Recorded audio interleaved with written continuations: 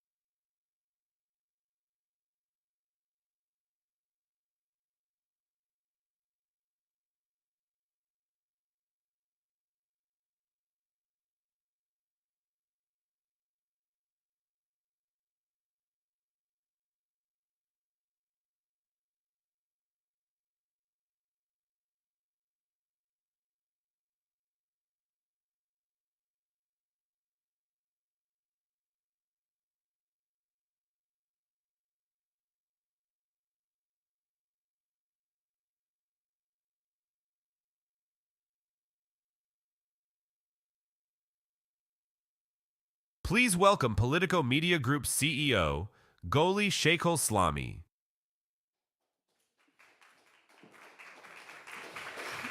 Good morning everyone, and welcome to day 4 of Politico's live programming from the CNN-POLITICO Grill at the Republican National Convention. It's been a wonderful 4 days. We have another day of amazing conversations for you. We're going to kick off the morning with Playbook co-author Eugene Daniels interviewing Governor Sununu, and then we will end the day at 1:30 this afternoon. We will have Speaker Johnson speaking with Playbook co-author Rachael Bade, so please stay with us all day. It is going to be a really, really wonderful session today.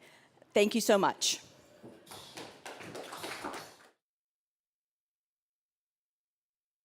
Please welcome Politico's White House correspondent and Playbook co-author, Eugene Daniels.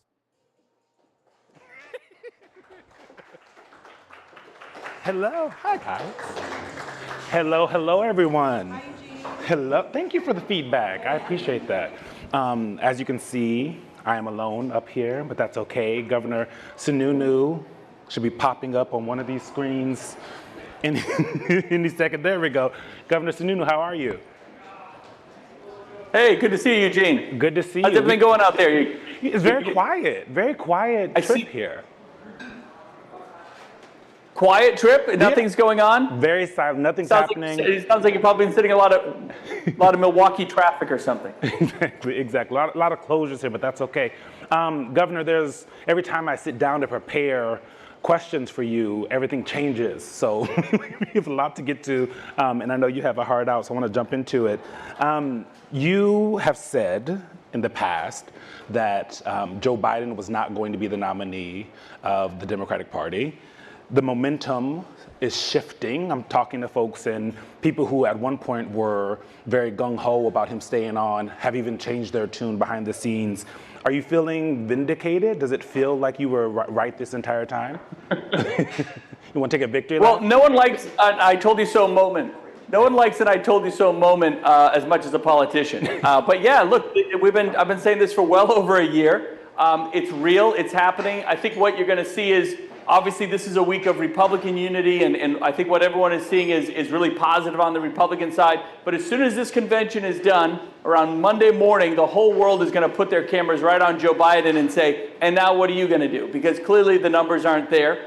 My message if I was the RNC, my message to the RNC is find someone like Frank Luntz, pay him whatever he wants, and start polling the messaging for a Kamala Harris, Andy Bashir, Kamala Harris, Josh Shapiro type ticket, because I think that's what you're going to see materialize in the next few weeks. And that is a very different race than running against Biden. And again, I think Republicans have a lot of momentum and a lot of opportunity to win big in November right now. But believe me, if and when they make this switch, everything's going to change. It's going to get very close in a lot of those tighter states. There's going to be more energy. I think the Democrat Party would be effectively be rewarded, if you will, by independents for saying, hey, none of us like that whole Biden-Trump ticket to start with. You guys had the courage to change your nominee out. And it's almost like a rewarding and a re-energizing of the party there. So there's 100 days to go. A lot is going to happen in that 100 days. And I just tell Republicans, we want to win. So you better run really hard and you better strategize for kind of those tough scenarios, while we might not see them at this very moment, that are likely to materialize in the next few weeks. What were you seeing before everyone else, right? You talked about how you called this earlier. You politicians do like a victory lap. What were you seeing before the rest of, I guess, the Democratic Party and leadership were seeing about Biden needing to go possibly here? Well, look, I'll just say, as a governor, I'm on the ground a lot with my constituents. Yeah. And we're in a pretty purple state, a pretty independent-minded state. And when you're talking to folks consistently and you look at what their priorities are, it's not just a policy here and a policy there, or a party here and a party there. They want energy. They want something refreshed. They want to be heard. And again, especially in New Hampshire, the Trump-Biden ticket was nothing anybody wanted to see. And I try to connect with people on what drives them when they actually get into that voting booth. So that one thing that drives a voter is anxiety. So if people feel anxiety over inflation, over the cost of living, over rent, over the border, that's going to drive them to definitely vote against the Democrat administration at this point. And Kamala Harris is going to have to answer to that. Or Joe Biden literally can't answer for it. Kamala Harris will have to answer for it at some point. And that anxiety is showing a shift. The other thing they will vote on is new energy and optimism and just a change. They just want something that isn't the same old thing. And so I guess I'll just tell you what I saw was what voters were feeling. That's all. And I think too much in the media and the Washington elite, they just kind of talk amongst themselves in their little circles without really getting out there and trying to get an understanding of what voters want. And then just the reality of, look, my interactions with Joe Biden have been fine. Most of them he's been on, so to say. A couple of them he wasn't on his best game. And when you're dealing with issues of dementia or getting old or whatever this might be, it was clear to me it was getting worse and worse and worse. And a year ago, you knew that a year down the road, it was just going to be, they were going to be unable to contain it, unable to hide from it anymore. So I think the Democrats have made their own problem. There's no question about that. They should have had the courage to see this, to react to it, and move on from it before now. But that doesn't mean they're not out. There's still time to do it. They got about 2 weeks to make a tough decision, get Biden where he needs to be. Obviously, there's a lot of pressure there. It's happening. And I think you're going to see a very potentially a re-energized Democrat Party. I don't want to see it because I'm a Republican. I want to win. We all want to be running against Joe Biden. But I try to be a realist about planning and strategizing for what's going to be a pretty wild last 3 months of this campaign. Yeah, I want to jump into, you said that when you've been with President Biden, he's been on his game and off his game at times. And the times in which he's been off his game, tell me more about what those interactions have been like. Well, I'll say this, we've been, I was with all the governors in February at the White House, and the president came in. So physically, you could see he does the shuffling thing, right? And he's an older gentleman, and he's shuffling. He physically doesn't have it to literally get from point A to point B very well. You've seen the stubble on the stairs and all that. Mentally, when you ask him a question, what is clear is he's trying his best to regurgitate what other people told him. He wants to have a conversation, to his credit, but he's really trying hard to just regurgitate other people's answers. And you can, as anyone in a leadership position, whether you're a dad, a CEO, or a governor, you can tell when you're being given somebody else's answers.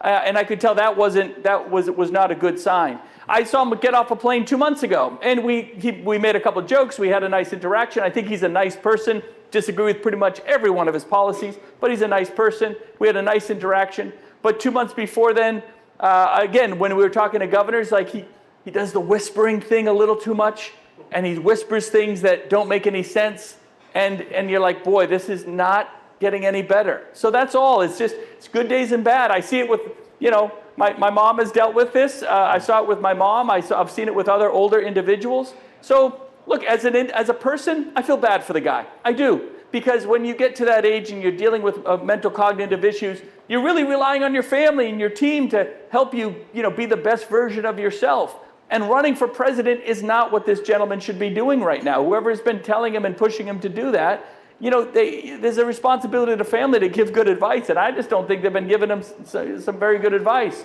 So he's got a legacy decision to make. He can be the Democrat that everyone remembers for moving Trump off the ballot in 2020, or the Democrat that everyone remembers that overstayed his welcome and handed it back to Republicans, which is fine by me. I would love it if Trump won, obviously, but I think that's kind of the tough discussion that some of his peers, Pelosi, Schumer, and others are having with him right now. And my sense is he'll be kind of pushed into the right decision for himself and his party in the next couple of weeks. So as Republicans, we better plan ahead. Yeah, I know you politicians don't like to get specific, so I'm going to try again on the question of what did the president say? You talked about him whispering things that didn't make sense. Did he forget a name? Did he forget a policy of his? Did he say a number wrong? I don't want to go into too many specifics. Yeah, here's an example. He turned to me at one point in front of everybody and said, and all that money we gave to New Hampshire for police officers, Governor, right? I don't know what he's talking about. I mean, I was polite. I didn't really say anything. I didn't want to, show him up in that moment. I didn't know what the heck the guy was talking about. He turned to the governor of Montana at one point and started talking about, some of the changing of the colors of the leaves, and was implying that it was climate change driven when it had nothing to do with that. It was some of these really awkward moments about specific things that he was trying to get specific on, but clearly didn't know what he was talking about. So that's all. And we were all very polite about it. We all had polite discussions. He's the president. You treat him with respect. But then you kind of go off and go, this ain't getting any better. So, yeah. You just have those moments of interaction and discussion. Like I said, sometimes he's on, making some jokes. He's very nice. And sometimes he's just not in the conversation that you're trying to have. One of the things that has come out ever since the debate on June 27th was Republicans saying that Democrats have been a part of this cover-up, protecting this president. You had interactions with him in February where you say he was off. Should you and other governors have come out and say it as well? Or were you holding it back because you want to keep him on the ticket so you guys can try to beat him in November? I've been saying this for 15 months that he's. But the specifics of the I don't know who's been louder than me. Yeah, but the specifics of the meeting, where you say the specifics of the meeting that you were saying that he should go, but the specifics of the meeting that were behind closed doors that you could have shared before now. Okay, I had like one or two meetings with the president behind closed doors with other governors in the past year. The guy has 5 meetings a day. The Democrats, Pelosi, Schumer, talk to this guy constantly. They know exactly what's going on. And it's their job to kind of talk to the media and have the media tell the real story. He's been interviewed by the media. He can barely keep up with these interviews. Guys, this is not a new story. This isn't a surprise. If you're saying that we should have told America earlier that the president had cognitive issues, what have you been watching for the past 2 or 3 years?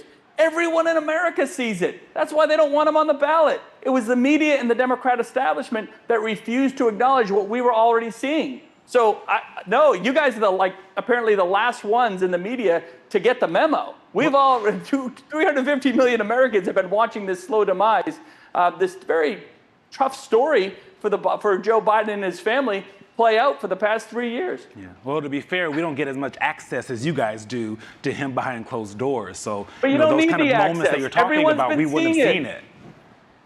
No. What? Wait, whoa. This guy's been having cognitive issues outside of closed doors in the public for years. If you're saying that you haven't seen that, I don't know what you guys are watching. I mean, I've had a couple meetings with a guy, but that shouldn't surprise anybody. I'm just repeating that what has happened behind closed doors is exactly what America has already seen. So if you guys don't want to acknowledge it, that's on you. And the Democrat Party, really, the Democrat establishment, they know. This isn't a new thing. Nancy Pelosi didn't watch the debate and go, wow, I'm shocked that he couldn't answer the questions. She knew. They knew exactly that they were just hoping for the best and that he'd get through an hour. But a debate is really the interview you do for the job with the American public. That's what the debate is. Unscripted, unprompted, no teleprompters, no set questions. Here it is. You got to be your best on your feet. That's an interview. Would anybody for any job in America, hire Joe Biden after that interview. No, like literally for not to even work at the hardware store. So the fact that all of a sudden we're going to stay with him, which what everybody already saw, we're going to stay with him to be president of the United States. No way, no way. And that's why they're having this moment of crisis. This was self-created by the Democrat Party and liberal media that just, they knew, you guys knew, everyone saw it. This shouldn't be a shock. Yeah, I want to move on. You talked about Vice President Kamala Harris and the possibility of her being at the top of the ticket and this kind of changing the race. How should Republicans, how should the RNC be preparing themselves to run against Vice President Kamala Harris? Yeah, so that's a great point. I wouldn't do the Trump-Harris poll. Those polls right now are not as meaningful as messaging, on wording, on branding. That's why I say, you got to find a Frank Luntz and someone of that ilk that understands the value of branding, wording, messaging, how they would recharacterize this. It's not going to be over a policy or just an individual. It's going to be over the brands of the party, if you will, as they emerge and kind of redefine themselves. Where the Republican Party is today is actually quite different than where it was just 3 months ago, in terms of being unified, in terms of being focused, in terms of being issue-driven. Where the Democrat Party, I believe, will be a month from now is very different than today. It won't be about Joe Biden. It'll be about, I think, a younger, more energetic. They still have a lot of problems on issues and a lot of problems on policy, but that doesn't necessarily close the deal in November. So I'd be kind of testing out the brands and the messaging that potentially comes from that. I think if Kamala Harris does become the nominee, and I think she's the only choice potentially, she would be smart to pick a governor, probably someone from the East Coast to complement her on the West Coast. Someone that has a bit of a different tact and style in politics as she does to kind of bring that complementary ticket there. That could be a strong potential ticket that just surprises and re-energizes the party just as you're hitting the election. So it's that kind of messaging and branding that I would be testing and kind of sifting out right now and seeing how what works going against that type of new image that they have an opportunity to tap into if they have the courage to do it. Yeah. Governor, I hear Republicans often mispronouncing Vice President Kamala Harris's name. You've done it a few times. Is it a tactic, or do you guys, is it just a tough name to pronounce? I'm not no. If I'm pronouncing her name wrong, I apologize. I say Kamala Harris. I'm honestly telling you, I wouldn't disrespect someone by pronouncing their name wrong. You say it. Kamala. L-A. Yeah, okay, Kamala. Like Kamala. I don't know. Yeah. There's a couple different ways to say it. Okay, Kamala. I'll go with. Sorry.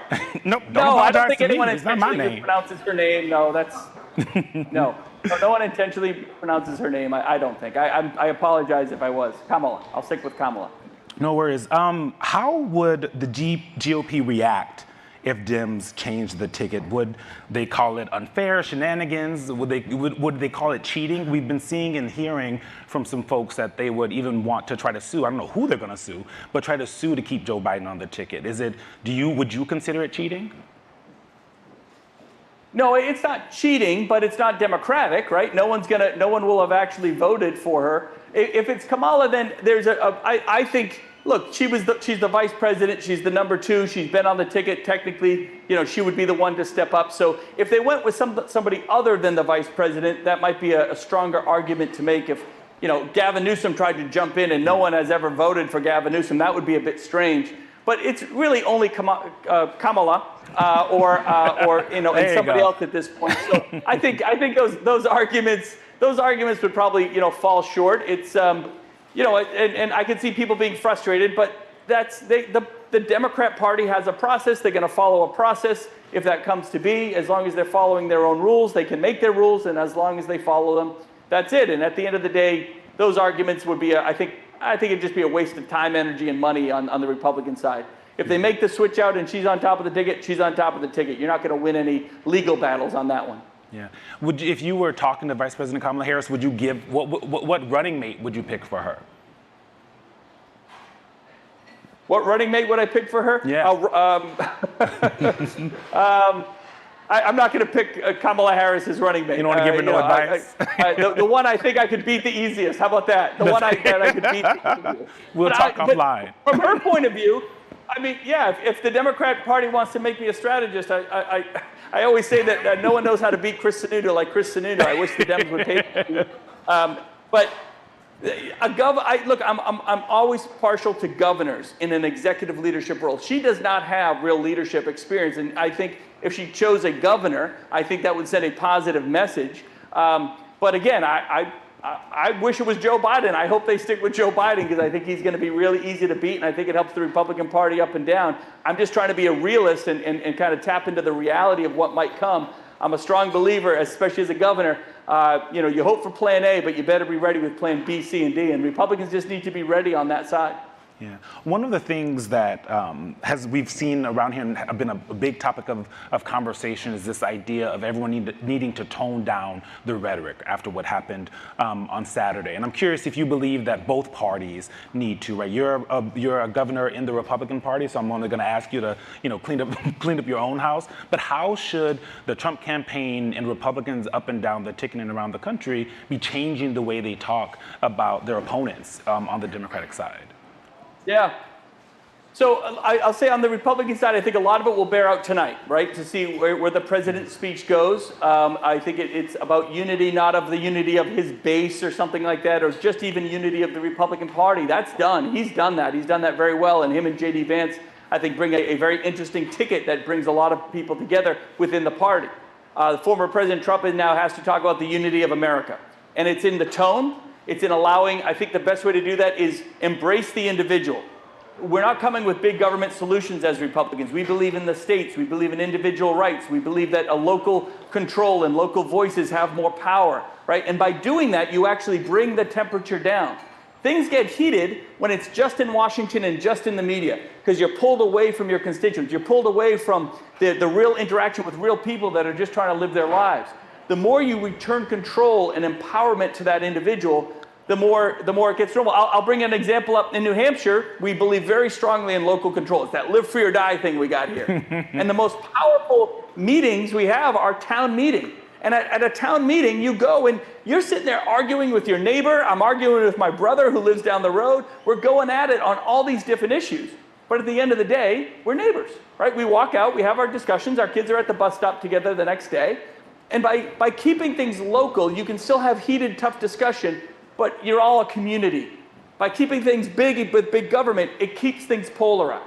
So I think the opportunity, at least on the Republican side, is to talk about returning empowerment, decision-making to the individual, to states, to local communities. And that in itself, I think, brings a little more confidence into the system and lets people want to engage more in a much more positive way. Yeah. Are you not worried that the horse has left the barn or the train has left the station or whatever idiom you'd like to use on that in this country, right? Like we're all on social media, we're all talking to people in the way that people speak to each other. Does it feel like most people I think don't understand or see how we could go back to kind of the idea of civility in our politics?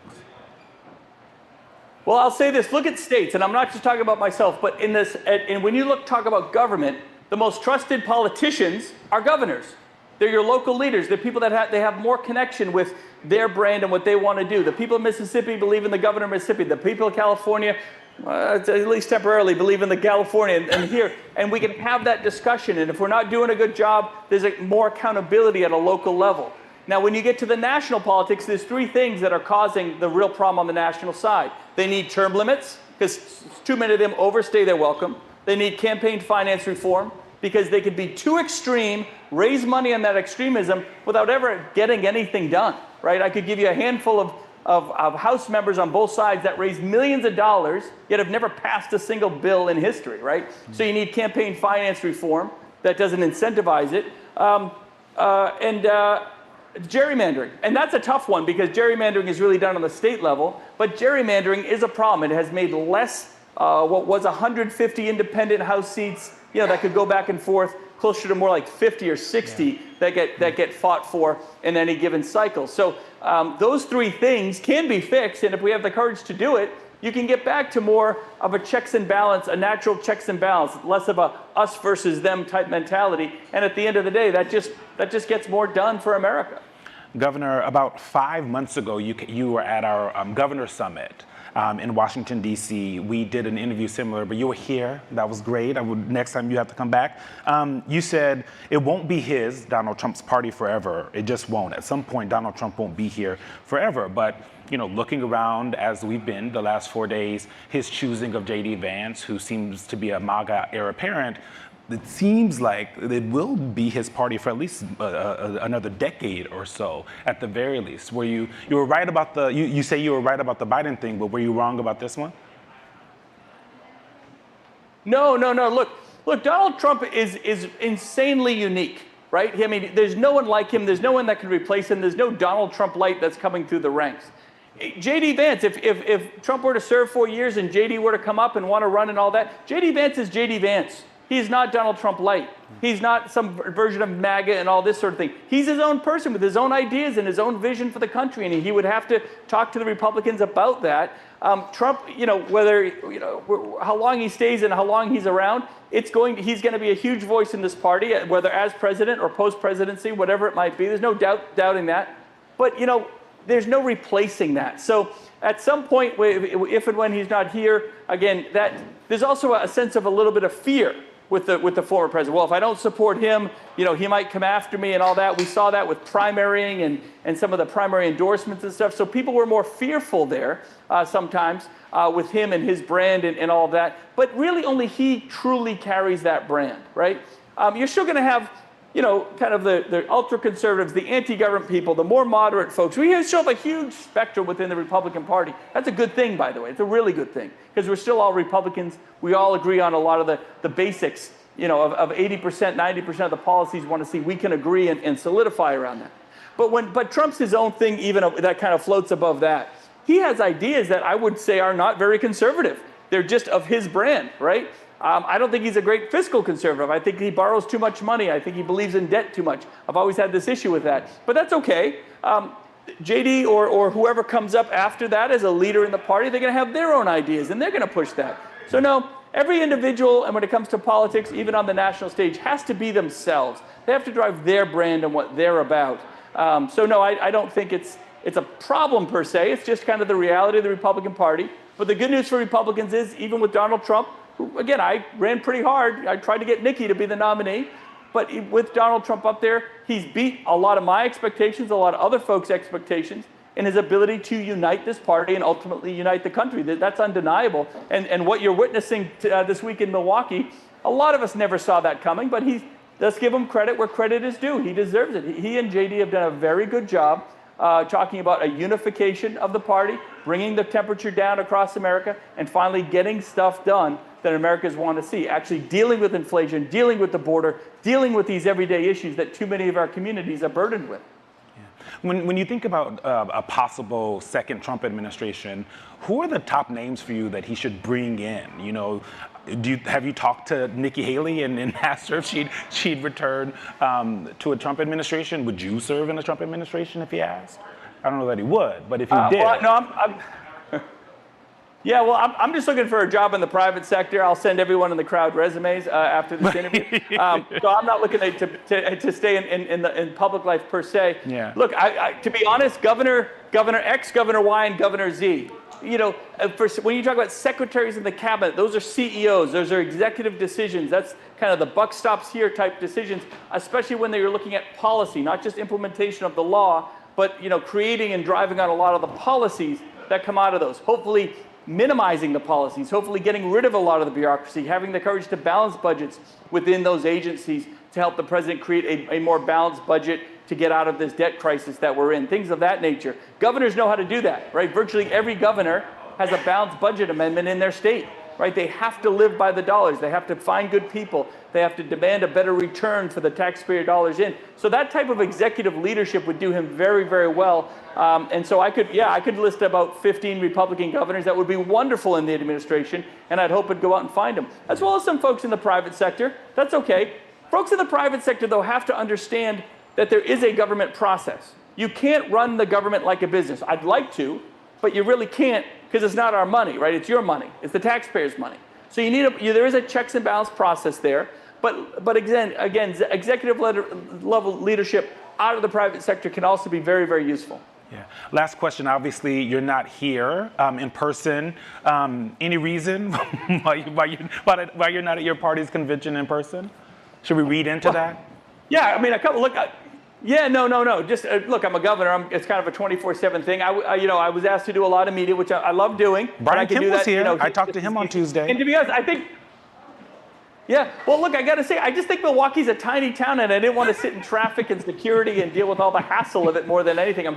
It sounds like it's been a fun convention, a lot of great energy out there. That's all terrific, but I could be just as useful, having conversations here as anywhere else. So no, I just decided it wasn't worth the trip. All right. Governor Sununu, thank you so much for your time, and we'll see you soon. Thank you, guys. Thank you. Be good. Thank you, buddy. Thank you. And thank you all very much. Thank you.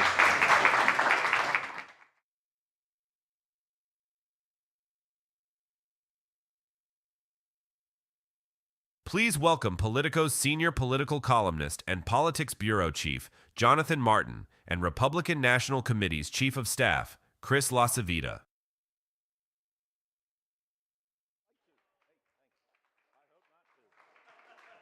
How does he have a credential? Who gave him a credential? Brother. Good to see you, man. We got some hecklers in the room, I hear. I say. Oh, outstanding. My fan club. Besides LaCivita. Oh, hello. All right, everybody, grab a seat if you can find one. Grab a seat if you could find one. Thank you for being here on the final day of the convention that is suddenly the second biggest political story in the world. Chris LaCivita, senior strategist in the Republican Party, and now helping to oversee the Trump campaign, is joining us, and we're thrilled to have him. Chris, let's just get to the news here right out of the gate. Right. What would the replacement of Joe Biden on top of the Democratic ticket mean for your candidate and your campaign going forward? And what are you guys planning to do strategy-wise to reflect that? Well, from a strategic side, wouldn't you like to know? I won't tell anybody. Yeah, okay. Well, first and foremost, the way we view it, looking at it as, from where we are, I mean, this is nothing more than an attempted coup by the Democrat Party. They are actively engaged in an attempt, in my view, and a lot of people share this view, in deposing the President of the United States. Because look, you can't step down as a candidate for president because you're cognitively impaired while still being president. So, the two are linked. And so, Hunter loses all his access. Do you guys really think that they're going to give it up that easy? Again, it's literally a coup. For everything that they accuse Republicans of, they're actually doing it on national TV every single day. So that's first and foremost what I think is developing right in front of everybody. Yep. All right, that's your punditry. Thank you for that. It's an actual part of the conversation. Okay. What does it mean for your campaign going forward if Kamala Harris becomes the Democratic standard bearer? How do you run against her, and does it change the map that you're looking at? No, it doesn't, because the last time I checked, it's Biden-Harris. Okay. Right? So every single thing that Biden did is an issue that is that she is complicit in. Never mind the fact that she's also, the gaslighter in chief, specific to, oh, he's fine, he's in great shape. I mean, do you know how much tape we have on this? Yeah. So, and that's a character issue. So never mind the fact that, we have them dead to rights on inflation, national security. I mean, let me go to the border, the border czar, please. I'd love it. Would you, Chris, consider any kind of legal recourse if the Democrats do try to dump Biden from the ticket? Well, let's look at it this way. Or let's not forget, in 2014 in Kansas, the Democrats. Yeah, I know. Yeah, he sort of had something to do with that being a race. In 2014, in the state of Kansas, the Democrats had, I think it was somewhere between 80 and 100,000 Democrats, which I just think that's all there are in the state, vote in the Democrat primary, nominated a candidate for the United States Senate. Then this guy named Greg Orman comes along as an independent. Nice looking guy, tons of money. Democrats decide, we don't like our guy. So they sue. They go to court. The Supreme Court of Kansas allows the Democrat Party to remove their duly nominated person off the ballot so that it's just Pat Roberts versus Greg Warman, an independent. So there's precedent here. There's history here. The Democrats love to take out their sitting incumbents, right, Senate, whatever, and put somebody else on. And so that's a huge issue. They're going to disenfranchise millions of people that vote. I don't know what the total numbers are, but it's literally millions that voted in the Democrat Party. But that's not our problem. That's theirs. But you're open to pursuing, depending on the timeline, some kind of legal recourse to keep them on the ballot. No, I didn't say that. Okay. I'm certainly, and we are certainly not going to tip our hand on what we're going to do. But, look, this election is not going to be focused on legal battles. They would love to talk about anything other than inflation, the border, et cetera. Yeah. Chris, a lot of the sort of bonus states that are being talked about right now, which are states that have been blue, really going back to, in most cases, President Obama's first election in 2008, but that now are being talked about as coming into play. Our native state of Virginia, New Mexico, New Hampshire, Minnesota, potentially. Tell me of those states, which of them do you think become more appealing to you if Biden is not the nominee and Kamala Harris is the nominee? So right now, as Emerson just came out with a slew of polls last night, and have Trump up 2 or 3 in the Commonwealth.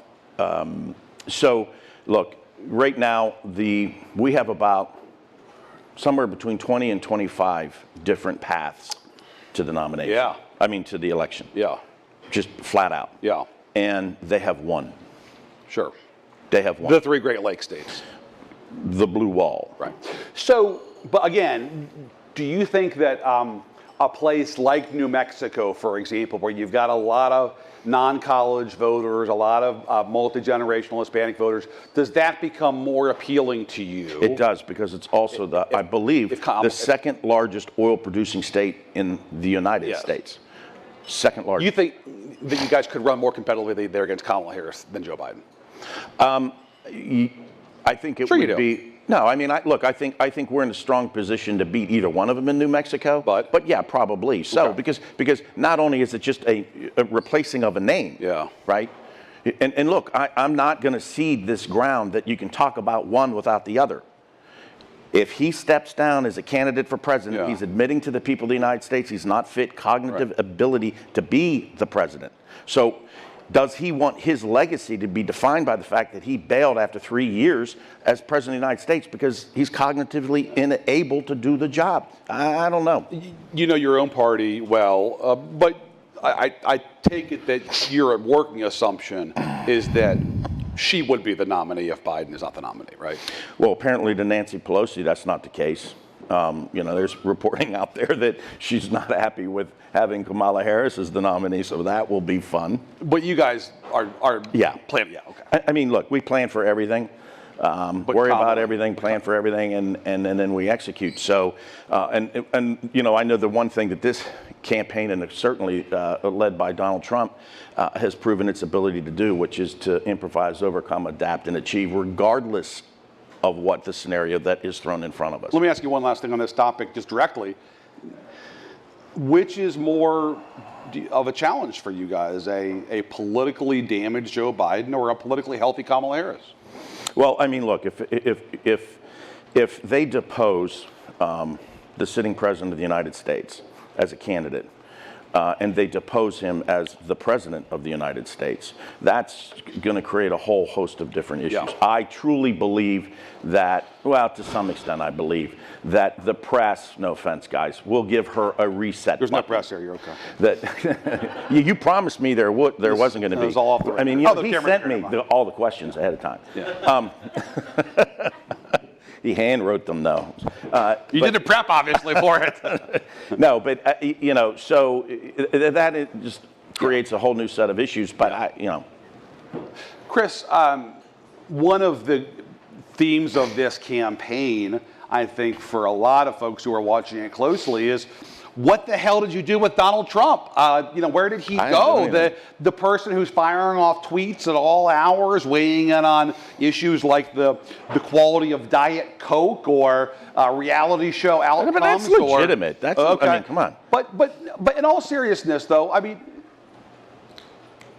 what have you guys done, or has he basically realized that he wants to get the brass ring once more, and that to get it back, he's got to be disciplined? Just take us through how you've gotten somebody who was famous for being a newsmaker in the most, let's say, extemporaneous ways to somebody who's a much more focused, at least for now, politician. So I love how anything positive develops in Trump world. It can't not be him. It can't be something that he came up with. Look, you don't run for president 3 times in a row and be president and not learn something. I mean, I'm sorry, but this is something that and so he's been, and the fact that we worry about things that we can control. And all of you in here have heard me say this on more than one occasion. Our focus has always been, and our job had always been, and he made it very clear, give me the operation that I need to be successful. And so we worry about that. We worry about the nuts and bolts. We worry about the details. Yeah. These things matter. I mean, the convention thus far has been executed, I think, pretty flawlessly, from the message discipline to the visuals to the message, obviously, we're trying to push to voters. So we worry about those things that we can control. That's something that we have a direct impact and it's actually very important aspect of politics. And so when you have that level of when the boss has that level of confidence in the operation, it takes a little bit of the pressure off of him. But he has told me on more than one occasion, you just secure the vote. Yeah. I'll take care of everything else. And Twitter did him a favor by throwing him off Twitter, too. I'm not going to go there. Yeah, okay. But he is obviously a much more... It's truth. Yeah, he's on truth still, but it doesn't have the same, obviously, impact. Chris, what keeps you up or what wakes you up at night when you bolt out of bed at 3 in the morning, besides the copious red wine and massive elk that you've shot and killed and eaten that day? What wakes you up at 3? Not a copious amount. I'm very sorry. What wakes you up at 3 in the morning where you say, oh my God, I just don't know. What is the one thing that could stop this from happening? I mean, obviously you guys are leading the polls now, but what keeps you up as the one big impediment to Trump winning again this fall? Well, first of all, I don't get up at 3 o'clock in the morning. Nothing gets me up. And when I hit the hay, I'm out. Okay. For 5 hours. But when you do worry, well, we worry about everything. I mean, Susie and I worry about absolutely everything all the time. But I will tell you, and I have said this weeks before, I was always worried about safety. Just was. And unfortunately, it was something that played out in front of everybody. Did you make inquiries about safety in the months before Butler? No, because we have a phenomenal detail. You felt good about it, but yeah, 100%. But how was it on your mind? Like explain that. Well, I mean, it's just again, there are things that you can't control, right? I see. And I worry about I don't worry about these bigger things that are out there that I know I have no control over. And all of you have been through the presidential cycles before. Yeah. A campaign can control but so much in an actual presidential campaign. I mean, right? I mean, and so we just try to take advantage of opportunities. I worry about, more than anything, about our operation being able to do the job correctly, not missing an opportunity, not taking advantage of an opportunity or a fastball when it's thrown across the plate. I want to attack every freaking day, 12 hours a day, just non-stop, because that's the nature of the news cycle. I don't want to miss anything. I don't want to let anybody off of the hook. And so I'm constantly, harping on staff to make sure that don't miss anything. Attention to detail is the singular most important thing in my view. So it's nothing big, or I worry about, Martians landing or some crap. I literally worry about these small things because seizing opportunities. Yeah, not doing the small things leads to missing the big thing. So seizing opportunities is key. Key to go on the offensive. In a campaign, it's like a hockey game. What's the best way to go on the offensive against Kamala Harris? What's the one best issue to go on the offensive when it comes to Kamala Harris? Borders are. Border, okay. What makes her slightly stronger than Biden that could create some challenges for you guys? Well, I mean, has an amazing ability to, I think, from a word salad standpoint, make as much sense as Joe Biden. So that's a good thing for us anyway. I mean, but in all seriousness, I mean, she obviously is a younger person. Yeah. She'd be the first black woman president in American history. Yeah. She obviously could bring stuff to the ticket too, right? Yeah, I mean, sure, but you know, at the end of the day, you know, the American public wants answers to inflation. They want answers to the border. They want answers to insert issue. Yeah. They don't want to talk about issues. And oh, by the way, this notion of this is a war against democracy, that contrast is falling apart before our eyes because they're the ones conducting a coup. Chris, you weren't in Butler on Saturday, thank God. When I saw you savaging the media on Twitter, I felt relieved that you were alive and well to be up to your old tricks. But tell me about that first conversation you had with the former president on Saturday when you talked to him. I'm not gonna. Some conversations are private. I do know that. But like defiant, I like to keep right? Yes. Yeah. Like. Did you say fuck them or fuck that guy? I'm not gonna go into specifics. There was an F-bomb, wasn't there? I'm not going into any details. But you know, I was talking to Sue's, you know, and she and Chung were in the car, and the Dan Scavino, they were in the chase vehicle on the way, and you know, there was a very hurried, you know, conversation because I was on the phone with her and then just hung up when it all happened, and I was actually watching it in my hotel room with my daughter, and you know, but I'll be honest with you, I had a little bit of guilt not being there. Why? Just because you're a Marine. When your friends go through something traumatic like that, you want to be there with them. Yeah. You know. Yeah. Yeah. When you talk to the staffers who were in the chase vehicle afterwards, what was their frame? You know, Trump was defiant. You said, but like, you know, what was the vibe with them? The same. But I mean, we have a few younger staffers who were in the line of fire. We had one of our press advance. It was her second day on the job, and there's this horrific picture of her on the ground reacting to, you know, what was transpiring. And so her mom and dad came and picked her up and took her home. Yeah.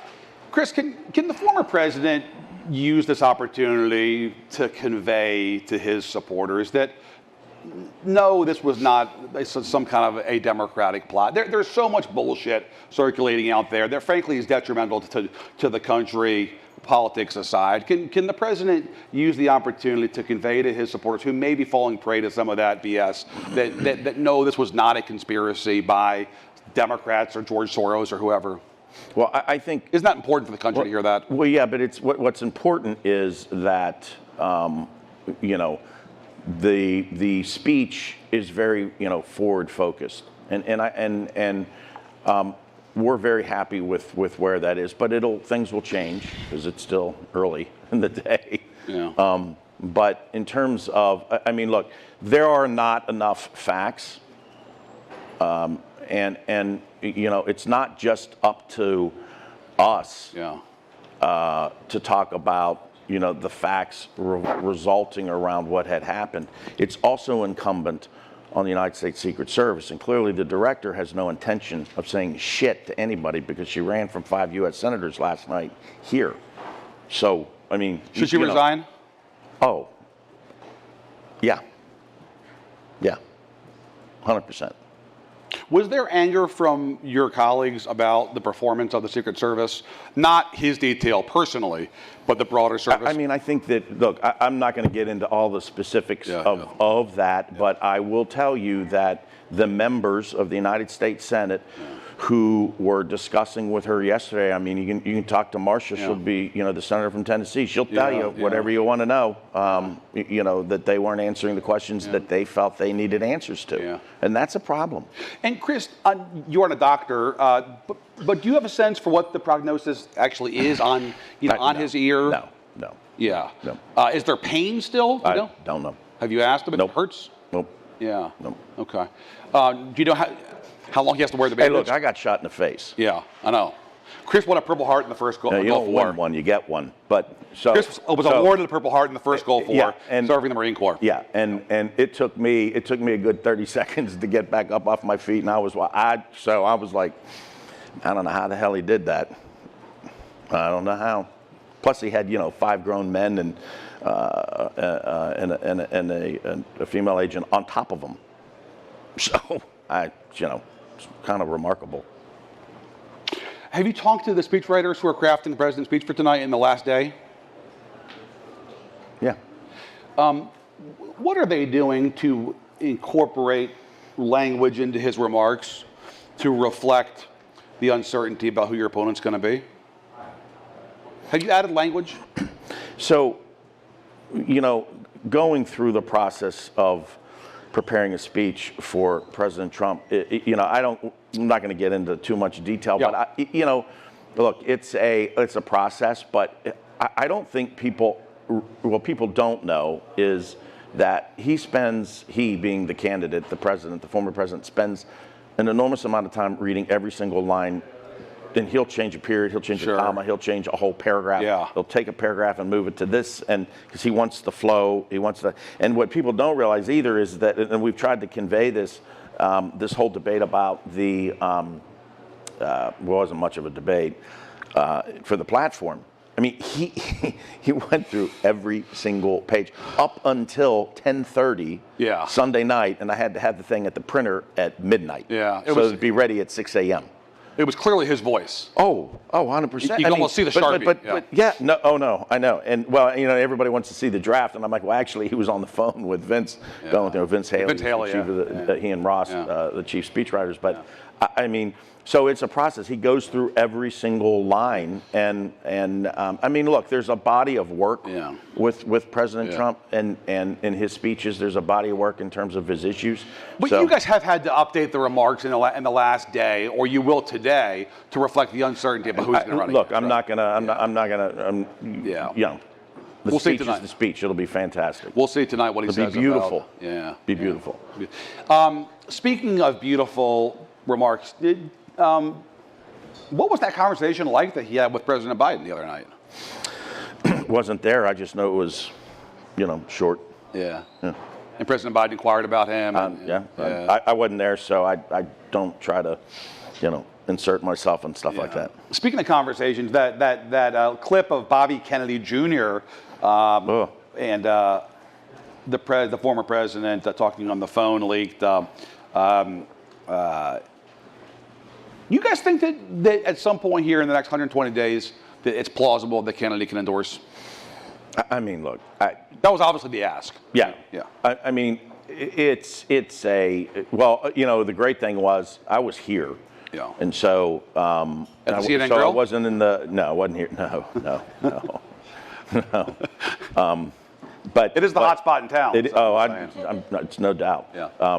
But the conversation that they had was very straightforward, and I thought pretty benign, and I thought it was pretty shitty what they did. But I mean, that's what you get. How did it leak? His son taped it apparently. Yeah, that's apparently what it was. And then posted it on Facebook Live or MySpace, one of those platforms. Okay, good.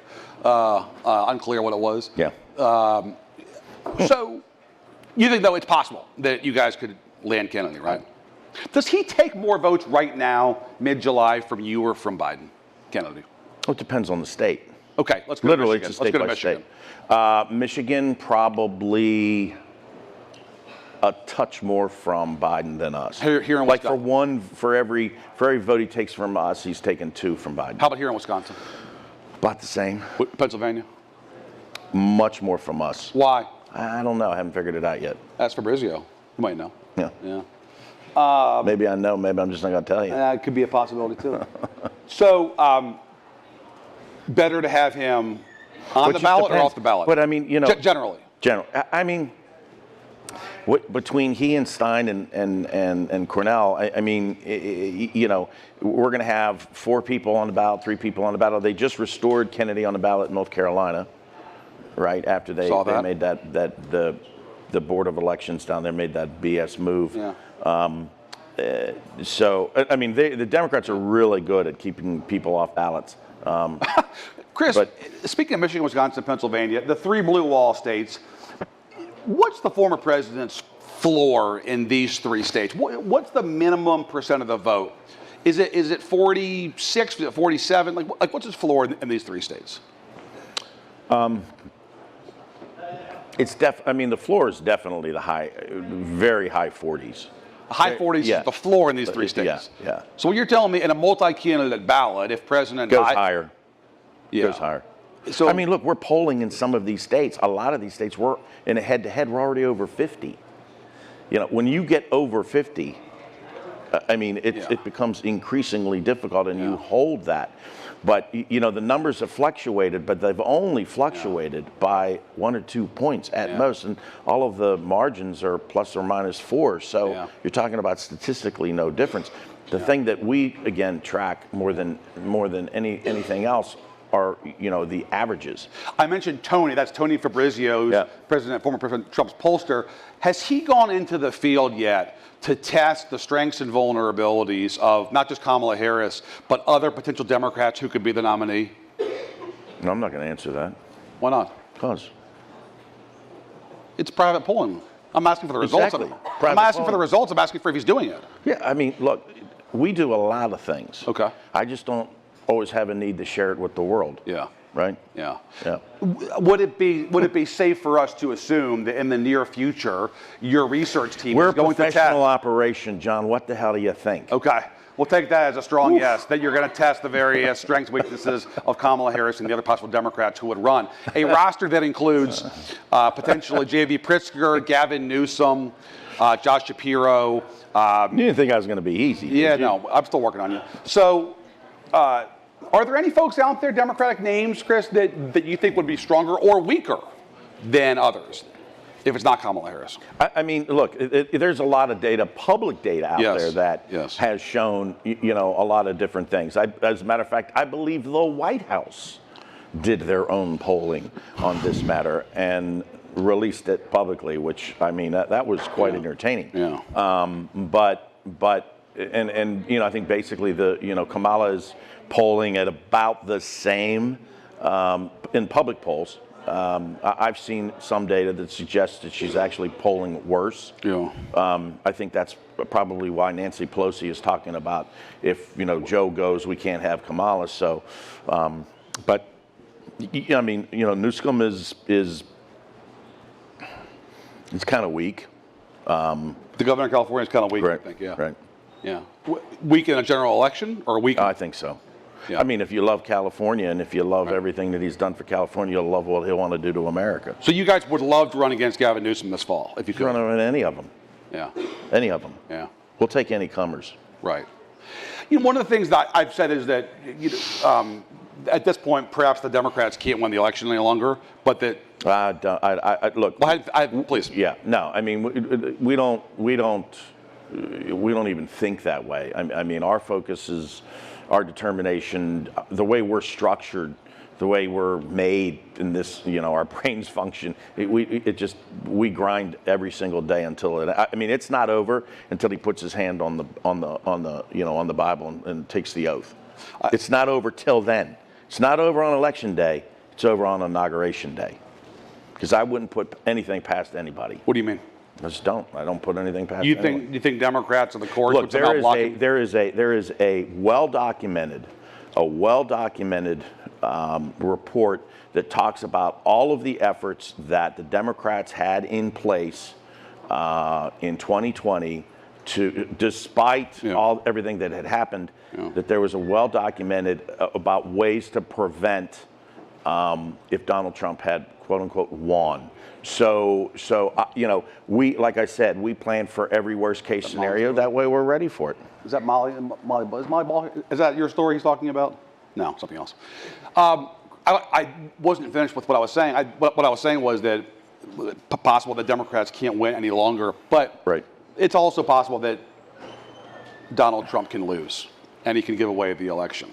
that this is incumbent on Trump now to sustain his discipline for the next 120 days, which leads me to a couple of questions. Well, see, look, the campaign, the election is about, we keep the focus of the campaign on the issues that are in front of us that we're going to win. Okay. And we're going to bring in the Senate, too. One of the issues that I know is significant for a lot of voters is he keeps talking about pardoning the January 6th rioters. Chris, is he going to stop doing that? And does he understand why that's politically self-defeating for him to keep saying that? Well, you know, I always find it amazing that you know, you guys are the ones that bring it up. That's not true. Well, I've been in a lot of interviews where it's the first question you guys ask. So he's volunteered at any number of rallies over the years. Look, again, what we're talking about right now are the issues that matter, and that's Social Security, protecting Social Security and Medicare. It's, you know, closing the border. Yes. I mean, we have so much to talk about, and that's where our focus is. In a perfect Chris LaCivita world, he would never say the words January 6 hostages ever again. Social Security, Medicaid, closing the border, deportation, yeah, I said it, all of those things. Let me ask you about Project 2025. Never heard of it. Yeah. The president, to borrow a phrase from the great Haley Barbour, ran like a scalded dog about Project 2025 when he was... oh, I didn't consider that funny. I've never even heard, I don't know anything about it, which obviously is not true. He knows plenty about it. The architects of it worked for his first term and are very likely to work for his second term if he does win. What can you say to voters who are concerned that he's going to implement some of the more extreme elements of that project? See, I love the way you just structured that question because you made statements that are complete and utter just not true. Okay. Starting with that, okay, I think the only statement of fact in what you just said was they used to work for him. Ran like a scalded dog from it? No, we're the ones that poured the water. And so that these people are, you know, they used to work for him, so therefore, they're the ones driving. He ran his OMB, Chris. So what? Okay. What makes you think he's going to run it again? Because you're going to be retired and you can't block him? That's pure speculation on your part. It's complete and utter bullshit for any reporter to write that this is the way it is, because it's not. That's what the left wants, but I'm not going to give in to that. Yeah. And Susie's not going to give in to it, and the president's made it clear. These people do not speak for him. They do not speak for the campaign. Yeah. And I love the fact you call them grifters. You call them grifters. The campaign, the campaign. What do you mean? The campaign. Well, yeah. The grifters? Campaign is 100% focused on. We're the ones that are putting out the policy. They're hurting your campaign, you think?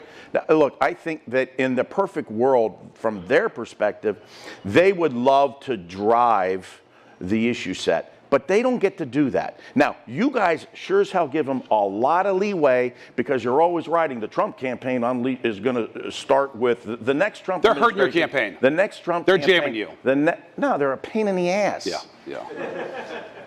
So because they change the issues that are going to win us this campaign are not the issues that they want to talk about, and you guys know it, which is the reason why you're right about it. Have you told Stephen Miller he's a pain in the ass? No, Stephen's been great.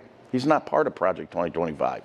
He's not part of 2025. Spiritually. You should call spiritually part of it. Okay. No, I mean, pick up the phone and call him, and you'll find out he's not. Has the former president told them to knock it off, that these folks are hurting his campaign? Did you read what he put out? I saw it. Yeah. Well, I think that was pretty clear. He detached himself from it, yeah. Well, no, he made it perfectly clear. They do not speak for me. Yeah, Chris, you served in... And usually that's enough, right? But no, let's go find another guy who worked, cleaning up, the West Wing. Like Mike Pence. Or some like back office, and who's going to write a policy statement, and then you guys are going to write a story about this is a new policy. Chris, you served in uniform. You obviously bled for the country. That's why you received the Purple Heart, and you took an oath to the Constitution. Do you believe that former President Trump has any grounding in the Constitution? Has any what? Grounding in the Constitution. Is he? I do. You do? I do. Yeah. I think it's. Why do you think that? Well, obviously, he's a big believer in the First Amendment. Okay. Clearly a big believer in the Second Amendment. For himself, at least, yeah. Okay. So, says you. Yeah. I mean, you get to say something, and so do I. Right. So, I think that. I think that, and obviously the position that he's taken as Lisa relates to the Dobbs decision, from a 10th Amendment standpoint. But yeah, I think clearly he hasn't. He's taken an oath to the Constitution.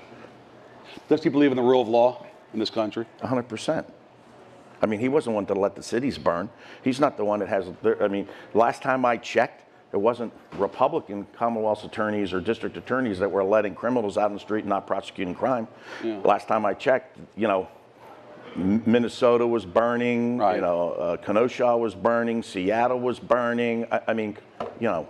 We have a lot of Capitol Police officers here in Milwaukee right now protecting attendees, right. And a lot of them obviously were attacked in the line of duty. Some of them... Steve Scalise was almost killed. Some of them bitterly so. So was Donald Trump. So when I ask about the rule of law, I say that because the former president is talking about pardoning criminals who beat, in some cases almost killed, dozens of police officers who were protecting the U.S. Capitol.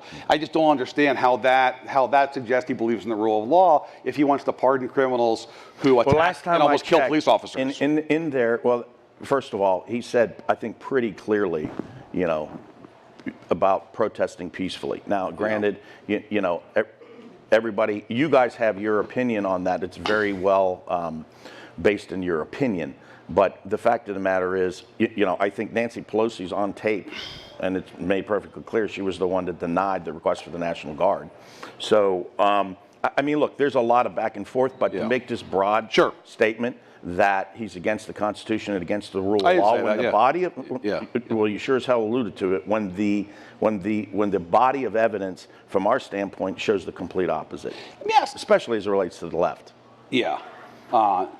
But for the record, you're eager to hear him talk about a set of policy issues, not pardoning a bunch of criminals. We're talking, no, the campaign is about a very specific set of issues. Chris, you worked in politics for decades. You worked for a lot of winning campaigns that were less successful. And you kind of came up in the mainstream wing of the Republican Party. Tell me about sort of how you have gotten to this place working for President Trump, who obviously has taken over the party. It's his party now, but for a while, obviously, he was something of an outsider politically.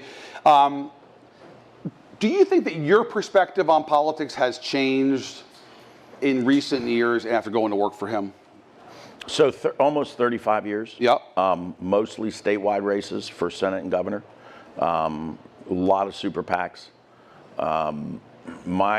You know, look, I'm a political professional who gets paid to beat Democrats. That's what I do. Right. It's not difficult. That's always how I viewed myself. Right. Sure. It's not my name on the ballot. I understand. But you know, but at the same time, it's an exhausting business. It's a very consuming job, really, and consuming career, because it's almost cultural. Yeah. I mean, and so, I mean, it just seems that my head seems to be hardwired a different way.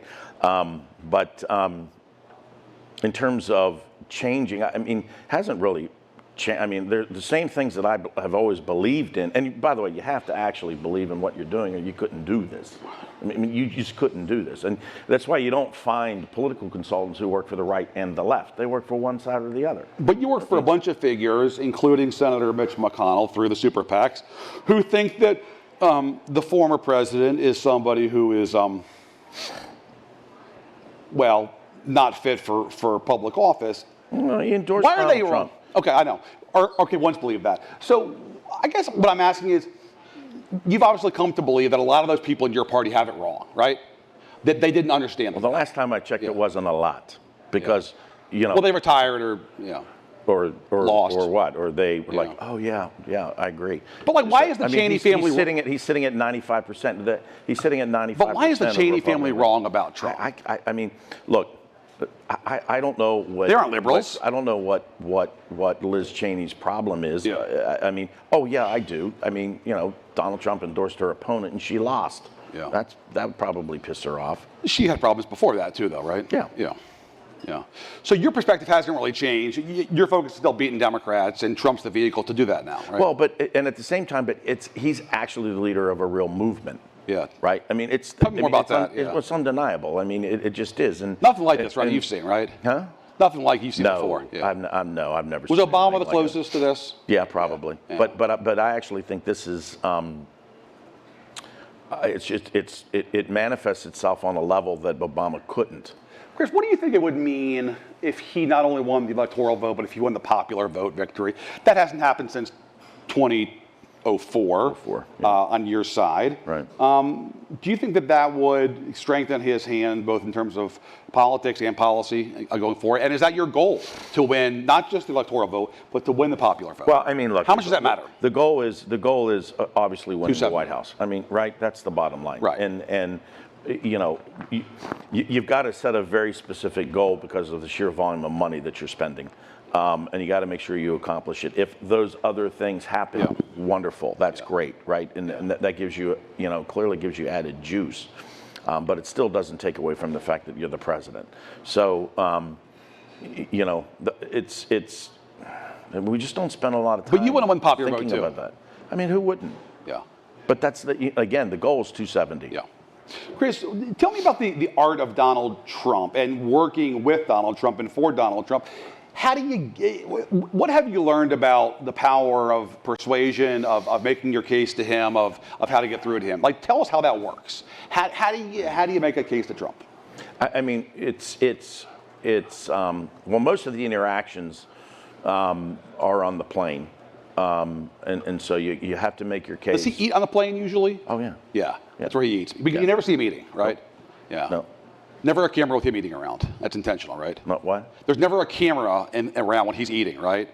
He's very careful about that, right? Yeah, I mean, I guess. I mean, I never really thought about it, but I mean, used to have press on the plane quite a bit. You don't anymore. Why? I think we'll get back to doing that. He threw somebody's phone, right? Who was that reporter? He threw the phone. Vaughn Hilliard. I was there. It wasn't. You didn't throw his phone.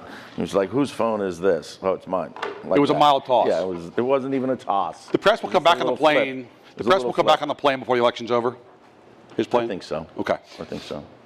So all right. So you're on the plane. Tell us about that. We're on Trump Force One. You got to get to him about something. Tell us how that works.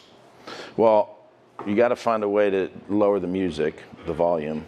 What's he playing usually? I mean, his playlist. Yeah. I mean, it's James Brown, Pavarotti, Ice Cube, Ice-T.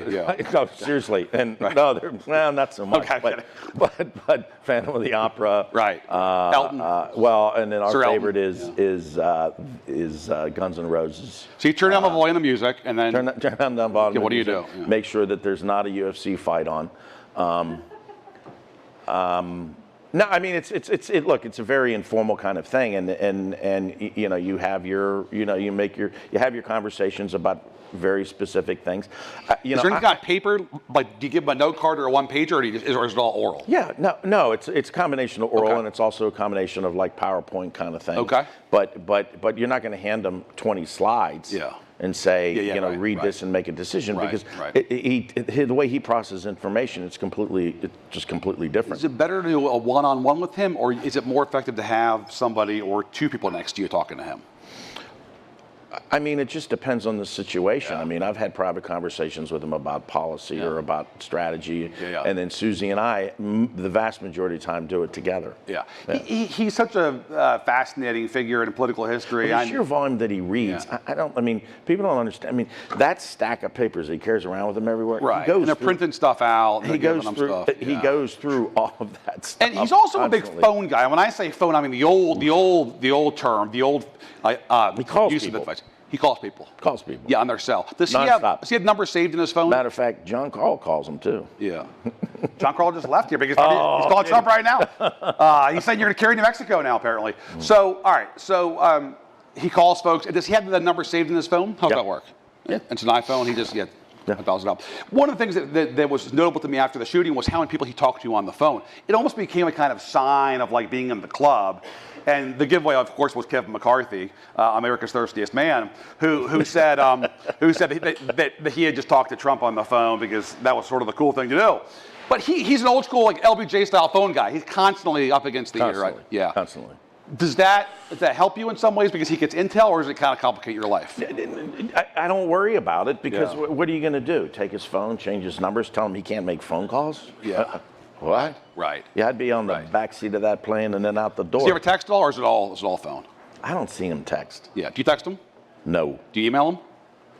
Email? Yeah. No. Right. No. Right. So it's all you call Yeah, him the I mean, phone, he talks to so many people on a daily basis that, he talks to, corporate guys, he talks to his friends, he talks to his golfing buddies. It's a big phone tree. He'll call John Daly.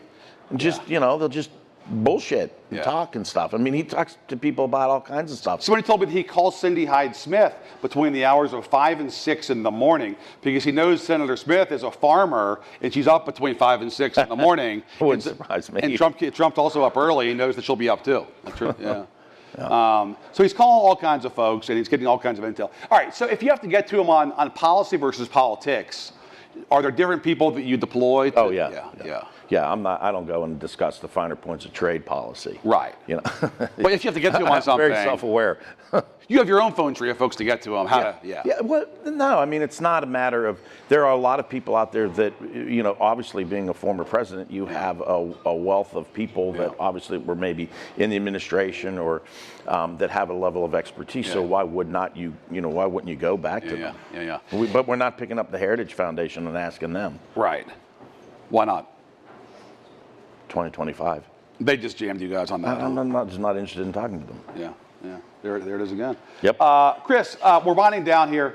You got to have one really good, really memorable Trump story that kind of reveals who he is so far, right? Tell us that.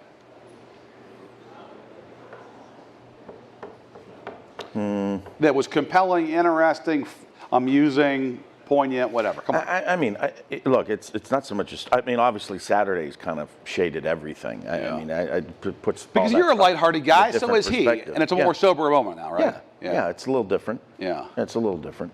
And it's about the energy or the emotion that you feel when something like that happens. How do you utilize it?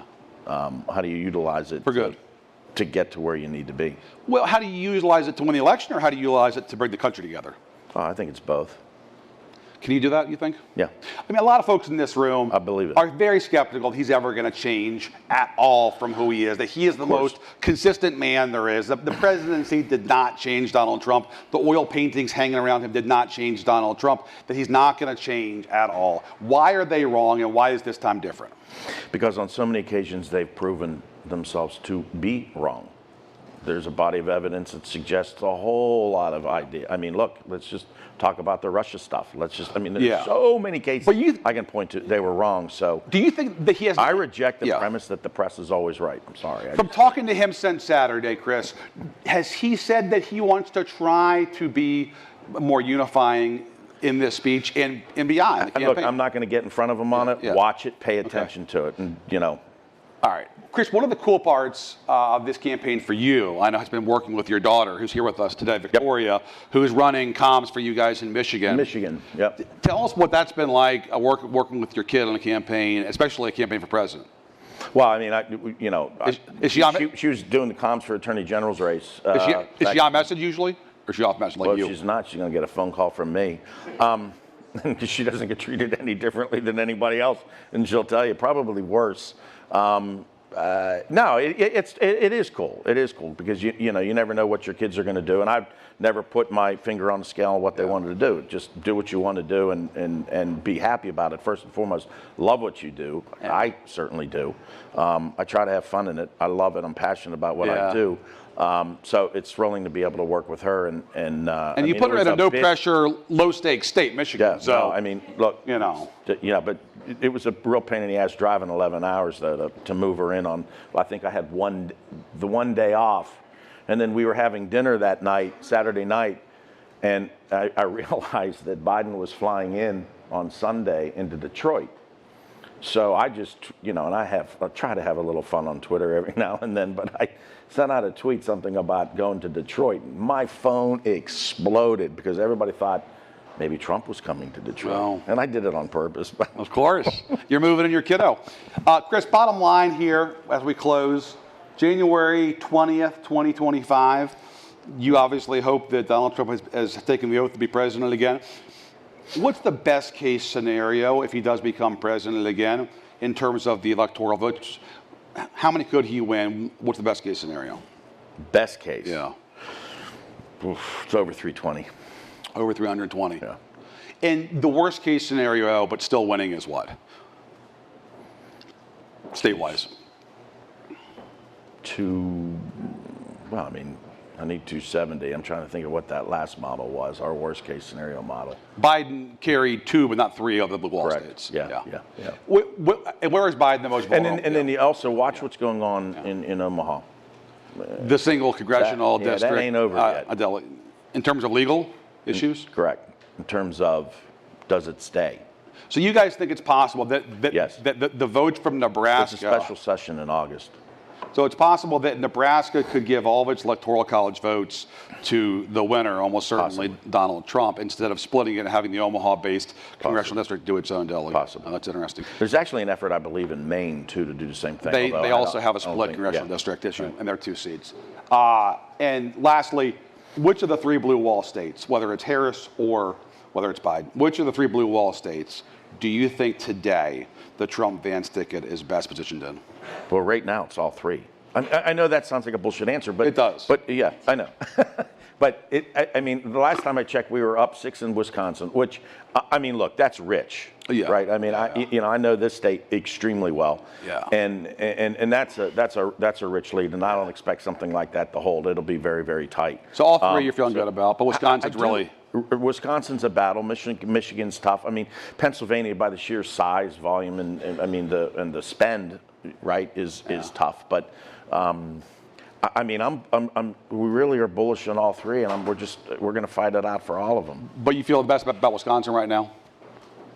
Probably Michigan and Pennsylvania. Michigan first, then Pennsylvania. Even though Wisconsin's +6.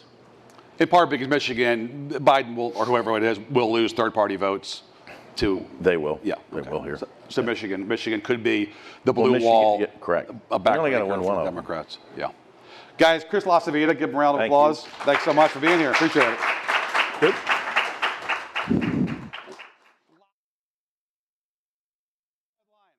Thanks, guys.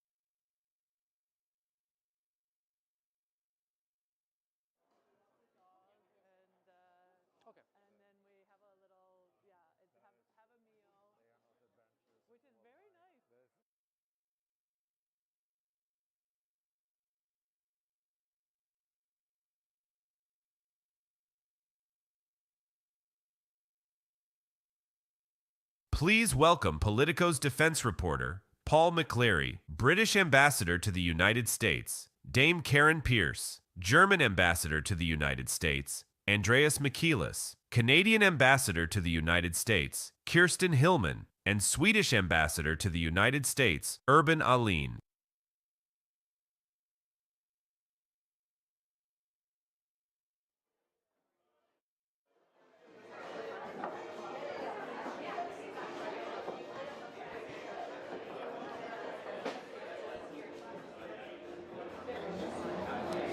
Hi everyone, if you get back in your seats so we can get started.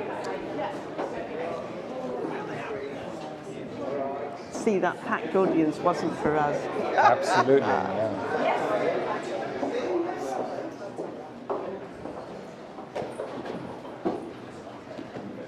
But our advantage is usually that we can bring collaborators. Hi, so we'll get started as everyone files in. Thank you so much, ambassadors, for joining us here today. I know you're all very busy this week and last week at the NATO summit.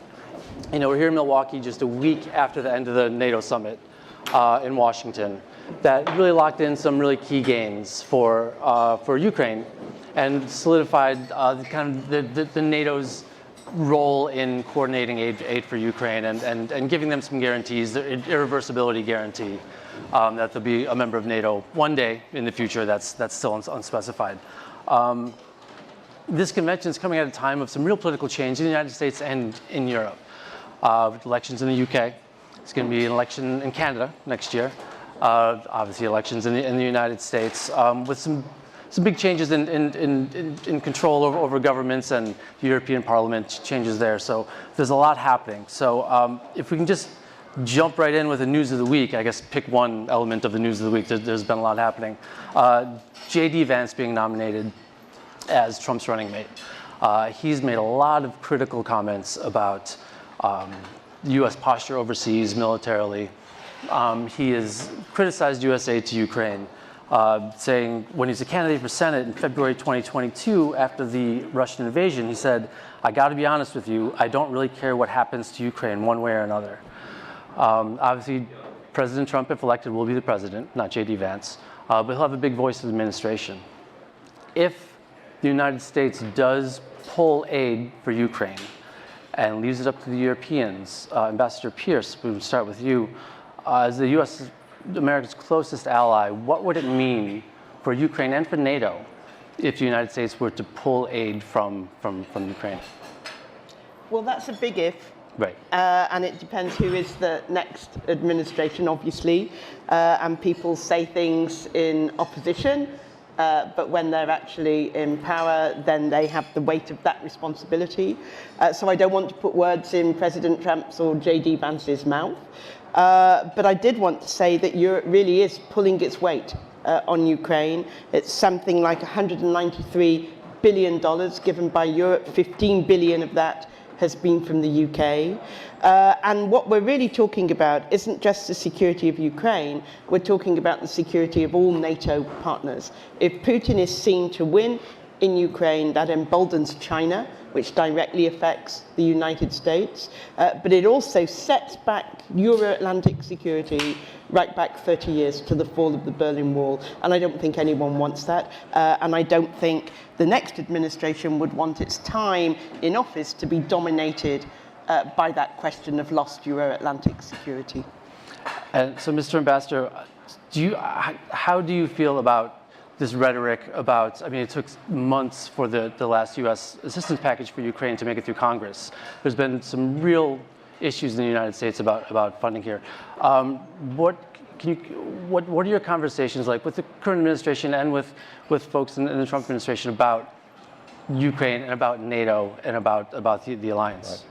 Yeah, I think what is really important is that when you look at the last assistance package of the US for Ukraine, that was actually designed for a longer period.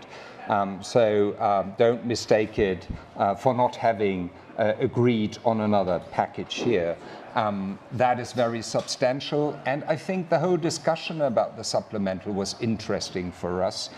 Because as you know, that took a long time until it was finally adopted by Congress. But during that time, I think we had the opportunity of sharing arguments. And as we can see, because things went forward in the end, these arguments must have been convincing. So I'm not so concerned at this point about the level of support that comes from the US, and I'm certainly not concerned about the level of support that comes from the Europeans, because as the UK ambassador has said, we are looking at two different levels in which we have to produce convincing answers. One is the direct support, the military support, and also macroeconomic support for Ukraine.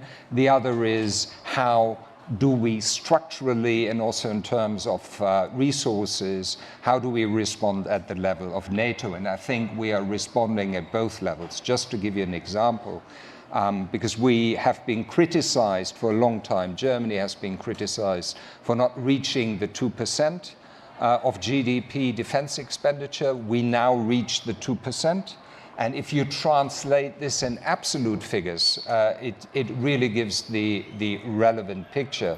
Because since 2014, the Wales Summit, when the 2% were agreed, we actually increased our defense expenditure threefold, 3 times, from 30 billion US dollars to 90 billion US dollars. So in terms of actual investment, things are happening, and we fully understand that the support of Ukraine hinges on a joint effort. And to follow up on that quickly, President Trump has said if elected, he will negotiate an end to the war in Ukraine before he's sworn in January. That would complicate matters, I would imagine, politically, as he is not yet president of the United States and he's practicing diplomacy. How, as an ally, would you prepare for this kind of extra diplomatic effort by an elected official who is not yet sworn in?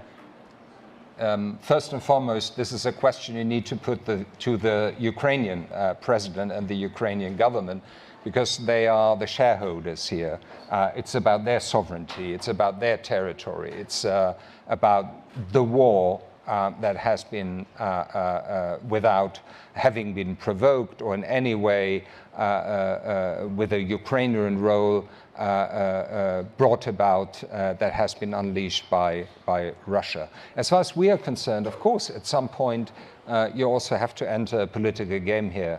The question is, do you do that in a unified, in a well-prepared way on the basis of Ukrainian agreement and looking at the battlefield in a situation where you are not weak so that you know that you will exit these negotiations with a wrong result? I think that's very much, at this point in time, the way I would describe it.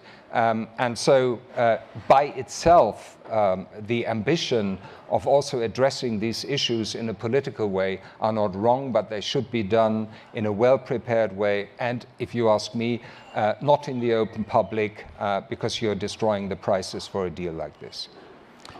Ambassador Hillman, to keep on that subject for a moment, there's an element in the Republican Party that rejects the notion that Vladimir Putin and his invasion of Ukraine is an existential threat for Ukraine and more broadly for the West and for NATO. What are your discussions like in trying to make the case that this is a threat? And again, to follow up on that, how would you talk to the incoming Trump administration if they did pursue peace talks before they're sworn in between Russia and Ukraine? Okay. So I think first, just on Ukraine in general, just to add to my European colleagues, I mean, Canada has been there since the beginning and will be there until Ukraine prevails and is satisfied with getting the Russian incursion out of their territory. So we will be there. We're the second largest country donor to Ukraine since the beginning of the war, and we will not be leaving. And to sort of pivot then to the second part of your question, obviously we are doing this because we are committed to peace in Europe. We are committed to doing everything that we can to support the incredibly brave Ukrainian people. But we're also doing it because it is essential that Russia and Vladimir Putin not be empowered through a victory. And that is important for Europe, but it's very important for North America. So in our latest defense policy, Canada has been quite targeted in our policy, where we're putting our money and where we're putting our efforts. And primary among that is in the Arctic. And our Arctic capabilities, our Arctic awareness, our ability to defend our sovereignty in the far north. The reason for that, there's a few reasons. One is because climate change is making that area much more navigable, which is opening it up to commerce, but it is also opening it up to a much greater national security and sovereignty threat.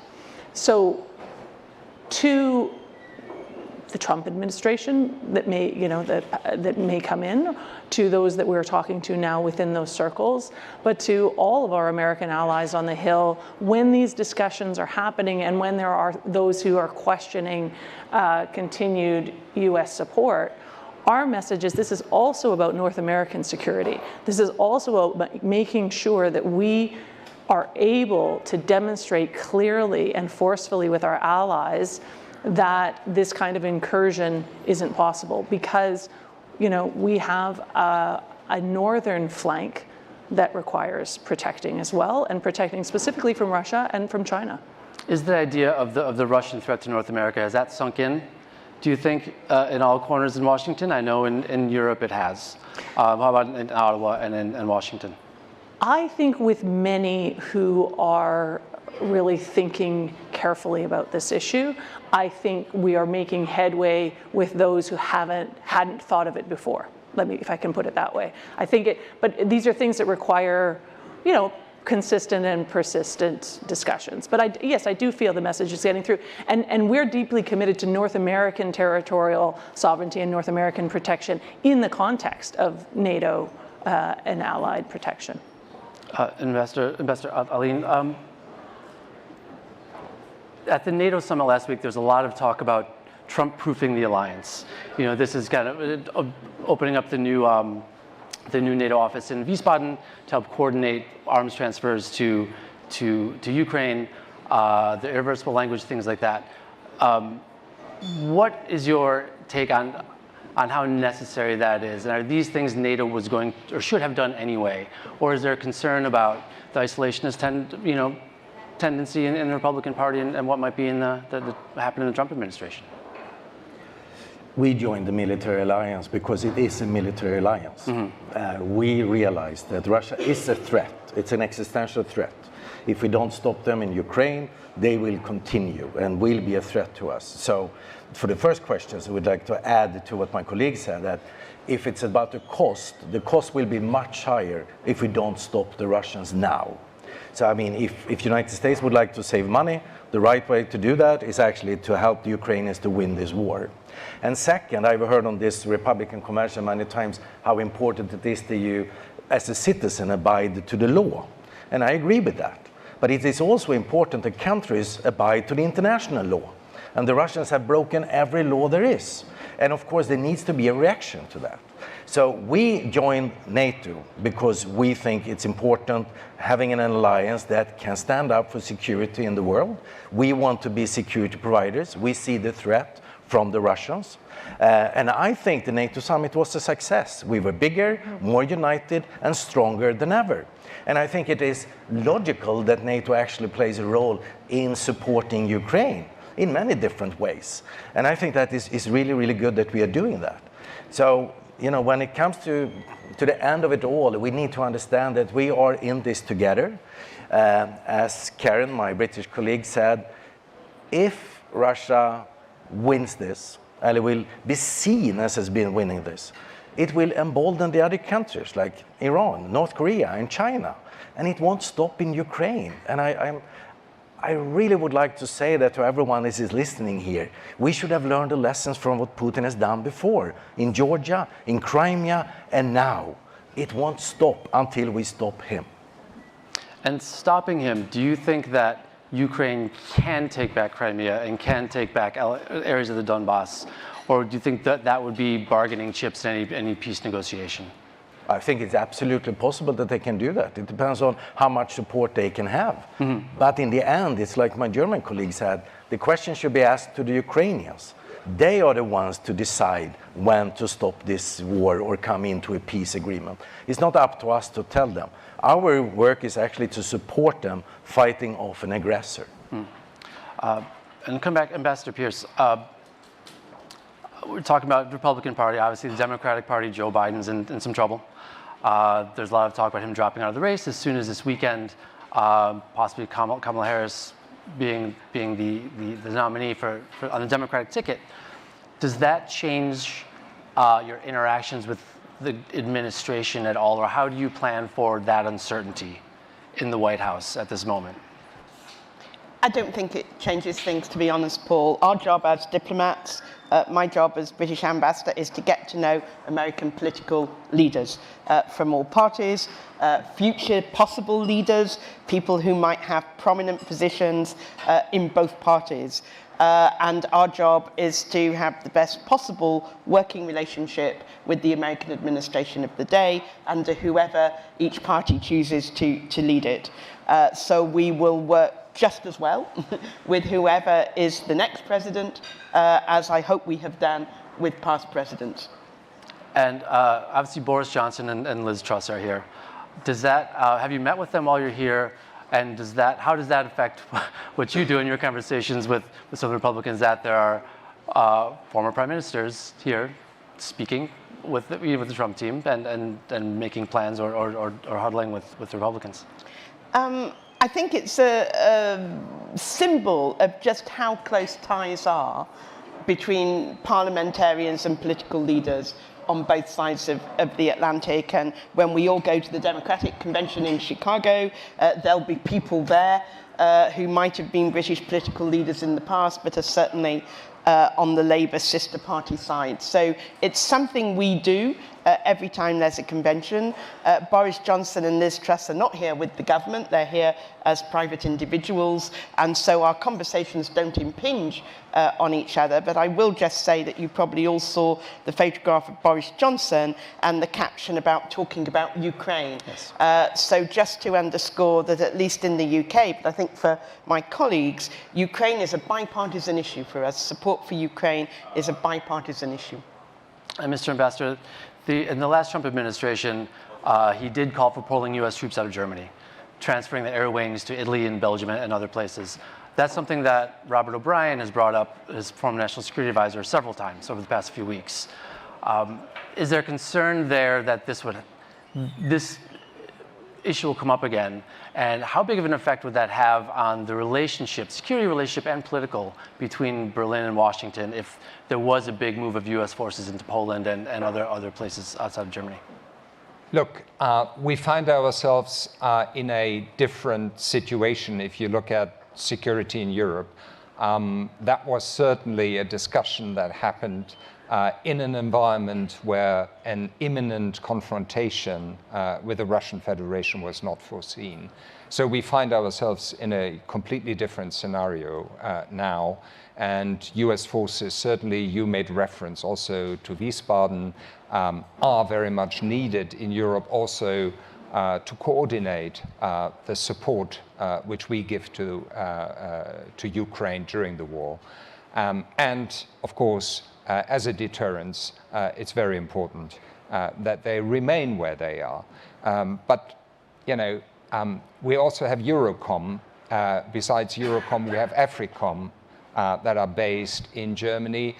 So if you look at military operations in Africa, you also need US soldiers present in Germany at the same time. So sometimes the story is a bit more complex. But I think I understand the gist of your question. And here again, what really matters is that if we keep troop presence, for instance, in Europe, US troop presence, we have to produce a convincing answer that we commit ourselves at the same time. And here I have a very good example, because Germany has just decided for the first time in the history of post-war Germany to station on a permanent basis a brigade on the eastern front of or perimeter of NATO in Lithuania.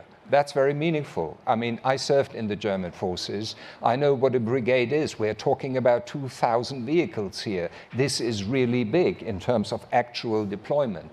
And it sends a very, very important signal, because up to that point and up to the attack of Russia on Ukraine, we were honoring the so-called NATO-Russia Founding Act, which, on the basis of an agreement between us and the Russian Federation, contained a provision that NATO would not station troops in those member states of the alliance that had joined us after the end of the Cold War. Now, that is completely different, because the conditions that were defined in this agreement were changed by Russia, and that's why we feel confident and justified to actually push forward. I think for the alliance, that is a very, very important move forward. For us, it's new territory. We never had German troops stationed on a permanent basis in another country. And so, in a way, we will go through a similar experience like the US goes when they station troops in Germany. But for the alliance as a total defense entity, I think it's very, very important. And does it make planning, NATO planning, more difficult that there's so many questions in the United States about who will be the next president? Donald Trump, Kamala Harris, Joe Biden. how do you move forward, and how do you prevent Vladimir Putin from maybe trying to take advantage of the situation, pressing forward in Ukraine or Moldova? I mean, all these these things he's been talking about, nuclear exercises in Belarus. Do you think this is a moment where he can seize on and create some more chaos? You ask me? Yes. Yeah. I think, like my UK colleague has said, we will deal with those responsible in the US, in Washington, and we've done it in the past. The two of us, if I may say, when we were political directors of our foreign services, we were negotiating during the first Trump administration's aspects and important aspects of the Iranian nuclear program. So we are not without experience when it comes to this. And certainly, there will be different priorities, most likely. There will be questions, but we'll take it on. I think we are confident that this most important bilateral relationship, now speaking for Germany, will certainly continue in a win-win context for both sides. That's important. And Ambassador Hillman, another proposal floated by former President Trump is to put a 10% tariff on all goods imported into the United States. Canada being a huge trade partner, if this were to happen, what kind of effect do you think this would have on relations, Canada's economy, and trade between the two countries? So I think I would start by saying that Canada and the US have the largest bilateral trade relationship in the world. It's about $3.7 billion a day in bilateral trade. And it touches every region and every community in this country. We are the #1 customer by far for the US. And that fact means that the relationship is a job creator here in the US across the country. And we're also very deeply integrated in our business relations. So under the last Trump administration, and in fact this is why I was brought here to Washington, well not here, it's not Washington, but brought to Washington, we renegotiated the North American Free Trade Agreement, the NAFTA. And that was under the Trump administration. And it was a huge success. And he deems it a huge success, and rightly so. It modernized this enormous, the rules governing this enormous trilateral relationship. And as between Canada and the United States, it brought us down to 99% tariff-free relationship. So 99% of the goods that cross between our countries are tariff-free. And that's an outcome that was negotiated by former President Trump himself. So all of this is to say that if he is reelected, and if this policy of 10% tariffs across the board is sought to be applied to us, the NAFTA partners, I'll speak maybe just for my country, for Canada, I think we'll have an important conversation to have because we just negotiated something quite different. I think that we will be eager to point out how challenging that could be for US consumers, not only because it will make the products that they seek to buy, as I say, $2.7 billion a day in trade more expensive, but inevitably our government would be under enormous pressure to reciprocate. So then we have a 10% tariff on that volume of trade for American goods coming into our country, which is not a particularly constructive posture for us both to be in. We were there before with this administration, and ultimately it was through discussions with Americans around this country who were able to talk to the economic leaders within the Trump administration to say, this is hurting our community, this is challenging, can we find a way to achieve our policy goals with Canada and Mexico at the time without engaging in this kind of back and forth on this just enormously important economic driver for our country. So we're talking to Trump advisors on this. We are really urging them to consider what the implications of applying that would be. And I guess I will end by saying, back to where I started with the very successful renegotiation of the NAFTA, Canada and the US had the biggest year of bilateral trade in the history of our two countries last year. And before that, the biggest year was the one previous. So this relationship is so strong and growing, and it's frankly, not exclusively, but I think a lot of that can be attributed to the fact that we renegotiated this foundation of our trading relationship and have stable, secure, predictable rules in place for our businesses. So these are very positive things. We will be very eager to urge the administration not to disrupt this very positive trajectory that we're on.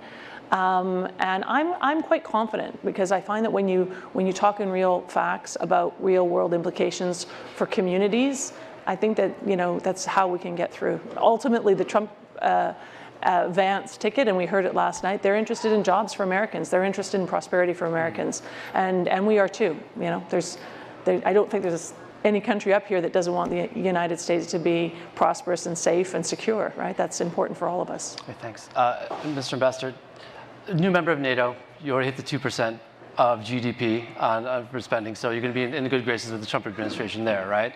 Very robust defense industry. How would you approach this 10% tariff issue? If it happens, it's going to be a sticking point, and there's going to have to be bilateral deals, right?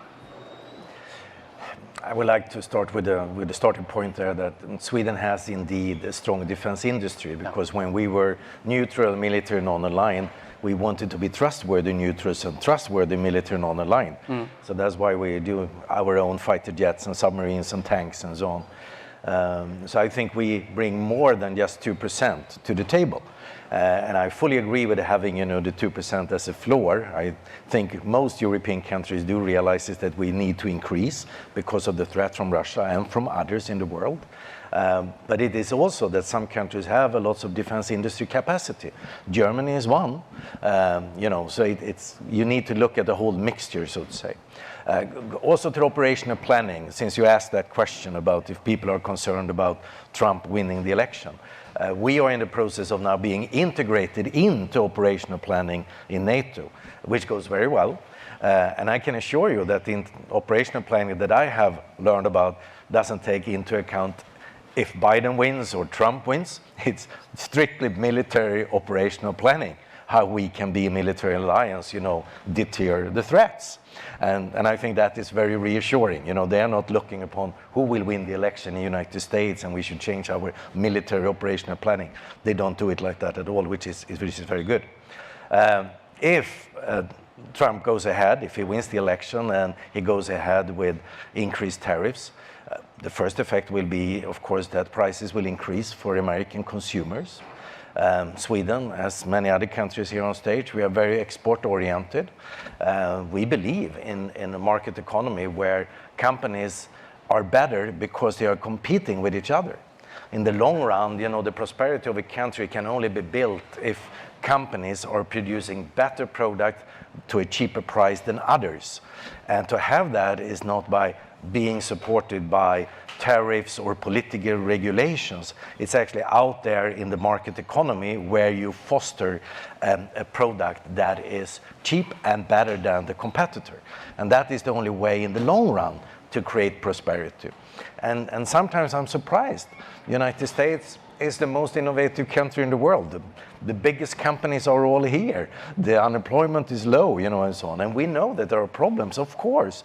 But if you look upon it on a global view, the United States is very well positioned.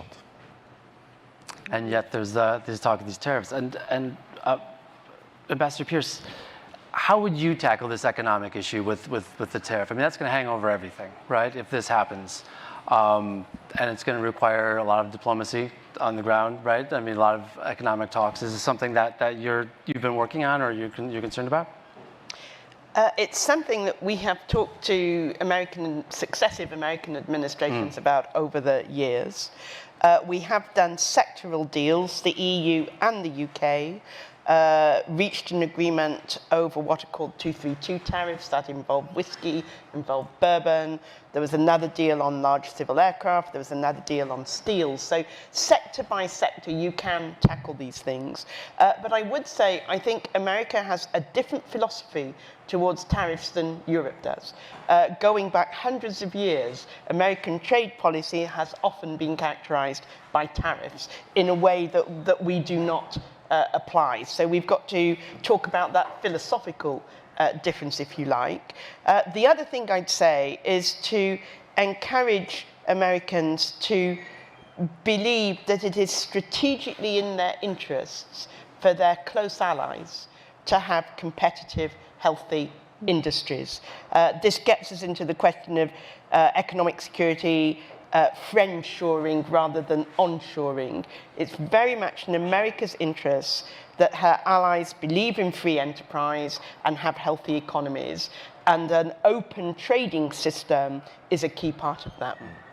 And Mr. Ambassador, Germany also has obviously a strong defense industry.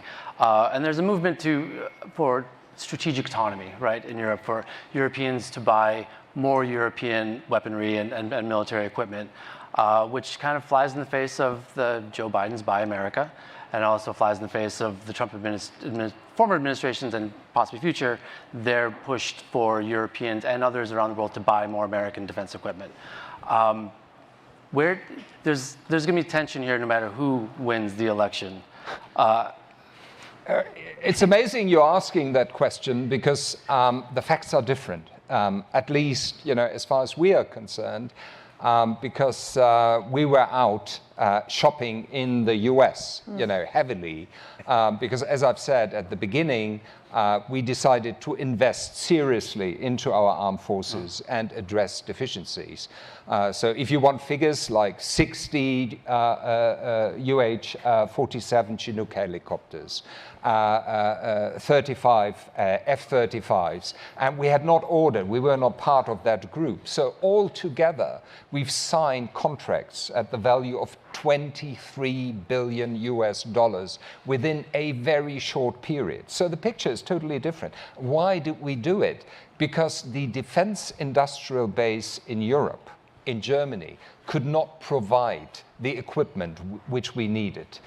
So we bought, if you want, off the shelf. So what's the story here? The story, when you look at Ukraine, because until August last year, as a deputy secretary, I was in charge of our Ukraine policy in terms of the actual support measures which we adopted and which we needed to negotiate it. So we held an ammunition summit in the Chancellor's office because we couldn't procure ammunition because it wasn't produced. So we had to bring industry around the table to encourage them to start to produce again. I know from my time here that when you look, for instance, at shipbuilding capacity for the Navy, there's very little in the US. I mean, you could spend more money on the Navy if you had more yards. So we need to restructure, and I think the story here is that we need to integrate across the Atlantic to an extent we haven't integrated in the past. Our defense industries have to come together in terms of developing equipment jointly and in terms of providing production facilities that give us a resilience which we absolutely need under these conditions. The issue of co-production is something that NATO's been talking about for several years now. Yeah. It's made some gains, but that's tough, right? Because you're asking German companies to maybe hire Americans in the United States or Americans to hire in Germany, and American companies to hire in Germany. Do you think this is feasible for private companies or state-run companies to really do this and really collaborate like that? Yeah, it's already happening, for instance. If you look at a German company, Rheinmetall, for instance, they are the guys who produce the German main battle tank. They are part of now building parts of the F-35 because they are into steel welding, etc. So if we procure in the way we are procuring at the moment, that will translate also in specific production decisions and structures. And at the end of the day, there will certainly be also unique European developments. It just depends on the kind of defense equipment we are looking at. But the more we can do together, look at, for instance, if I'm not mistaken, I think soon a decision will have to be taken about the successor to the Bradley, the infantry fighting vehicle. We've been trying to do that for 20 years. So, yeah, but it has to happen, sure, right? Yeah. So why not do something together here? Because we have learned in Europe that one of the main obstacles really is that we have too many different weapon systems. If you look at the artillery, which we have given to the Ukrainians, and we are looking mainly at 155 millimeter artillery, they are just not interoperable in terms of the ammunition that is being used in these barrels, and that should not be the case in such an important alliance as NATO, and here we have a joint way forward, very clearly. Yeah, I think as NATO Secretary General Jens Stoltenberg and people in the Pentagon have said they want interchangeability, not interoperability, which is very nerdy. But Can I add just Please. something to this? Because I think this is a really important point. So last week at NATO, the United States, Canada, and Finland, we announced an icebreaker pact. And it's precisely what you're talking about. So Canada has very advanced icebreaker technology.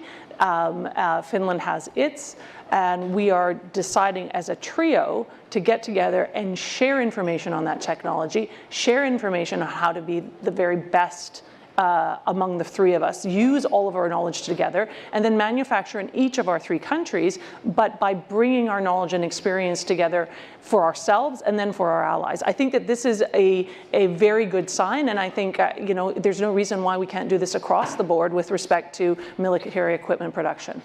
And to stay with you, Ambassador Hillman, real quickly, we only have a few minutes left, so Canada has a plan announced at NATO to get to 2% by 2032. There's elections next year. I don't think there's a lot of details in the 2% plan yet. How do you lock this in to make sure if the Trudeau government does change over to someone else, that the next government keeps moving forward on these long-term defense investments? Well, I think that the answer is that we must. We have capabilities that we must refresh. It was last week our Minister of Defense announced that we will be buying a new fleet of submarines, right? And that fleet of submarines in and of itself, he said, will take us over 2%. That process has started now and will continue on. And that's just one of about 5 or 6 large acquisitions that are coming down the line, armored vehicles, and I mean, I could list it all. But so I think that it is a path that Canada is on as a nation. I don't think it's a partisan issue. I think there is support across, both of our major parties for Canada to continue down this path. So I don't think that that's really, something of real concern. Okay, and wrapping up, Ambassador Ahlin, easy one. Donald Trump has called into question the Article 5 of the NATO Charter, saying if there's attack on one country, every country will defend. He's saying if you don't pay up, Putin can do whatever the hell he wants. As the newest member of NATO, how confident are you that the United States would come to your aid if you were attacked by Russia? I'm totally confident. And have you spoken to folks in the Trump I am orbital? totally confident that everyone understands what a military alliance is. And everyone on stage, you're confident that the United States will, under any administration, abide by the Article 5? Because there's been some question from the man who might be the next president about whether they want to do that or not. All right. Well, thank you so much, everyone. I appreciate your time during a very busy week. And everyone, thanks for coming.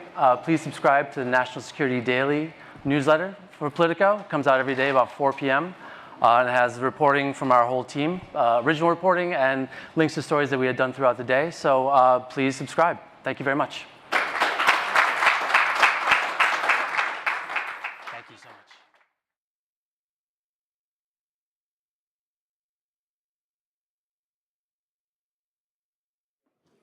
Well, thank you. Thank you very much to our excellent panel of our ambassadors all the way from Washington and abroad. Little stage instruction for everybody. We ask you to stick around in about 30 minutes. This is when we have our special guest speaker, Mike Johnson, coming here in person. So enjoy yourselves. Don't go too far, and we'll see you back here soon enough. Thank you very much for joining us.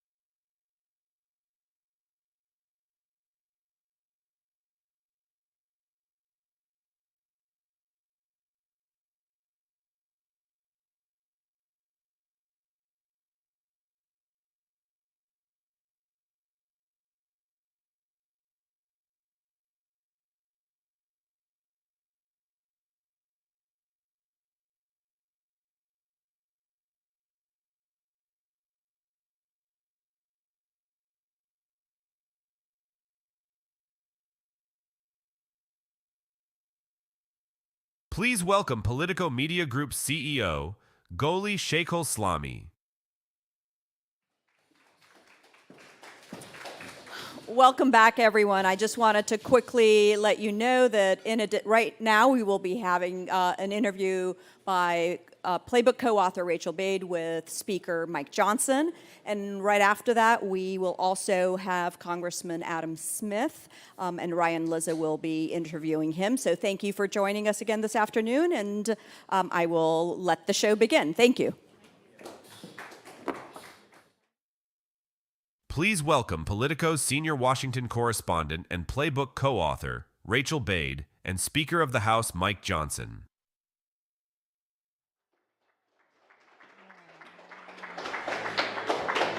Okay. So last time I sat down with Speaker Johnson, my colleague and I were told we'd have about 15 to 20 minutes with him. But lucky for us, he had just drank a massive cup of coffee and he stayed for an hour and talked for an hour. I didn't know I could get out earlier. Somebody told me. In that vein, and hoping we will get lucky today, I have asked our events team to please bring out some coffee. Bless your heart. Thank you. Wow, it's even steamy. Yes. Great. Well, thank you for being here. Given that it seems increasingly likely that Republicans are going to have a trifecta in 2025, controlling both the White House but also Congress, I am super excited to sit down with the man who is going to be driving that Republican 2025 agenda. But before we get to that, let's start with some news of the day. It seems like we are now on the cusp of Joe Biden dropping out of the presidential race. We got reports last night that Majority Leader Chuck Schumer, Hakeem Jeffries have privately asked him to end his campaign. Former Speaker Nancy Pelosi also confronted the president and has been sort of working behind the scenes to get him out. Some Republicans, including at the Heritage Foundation and at least one of my sources at the RNC, have indicated that if this does come to pass and Biden steps aside to allow another Democrat atop the ticket, that Republicans will fight this legally. I'm wondering what you make of that, given that you are an attorney. Is there a case to be made here?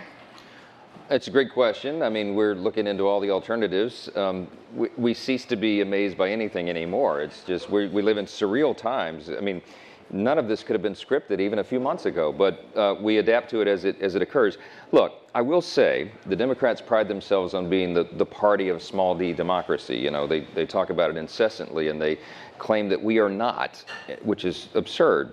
If they go about the process of having a few people in a back room make this magical decision and kick their candidate off the ballot, it defies all the work that's been done for 14 months. I mean, they went through the democratic process, the small d process, and they chose Joe Biden. I mean, he's the duly selected candidate for president for re-election, and I don't know how they can just wave a magic wand and make it all go away without violating at least some great tradition and probably some statutory law itself, at least in some of these states. So it'll be a very interesting turn of events. We'll have to see what occurs. Do you know much about some of these laws in the swing states that you guys might be citing to say he can't come off the ballot? Well, I mean, there's some preliminary research being done, of course. I'm not, election law is not my specialty, although we all need to develop the specialty now. We'll see what happens. I think that, you know, every state has its own unique system, as we know. That's kind of the beauty of our system and our federalist system. And there's some very unique statutes out there, and there's some real impediments to just making an easy switch like that. So I think in the states where it could be contested, I expect that it will be, and they'll have an interesting battle on their hands. Is there a role for House Republicans when it comes to any sort of legal challenge?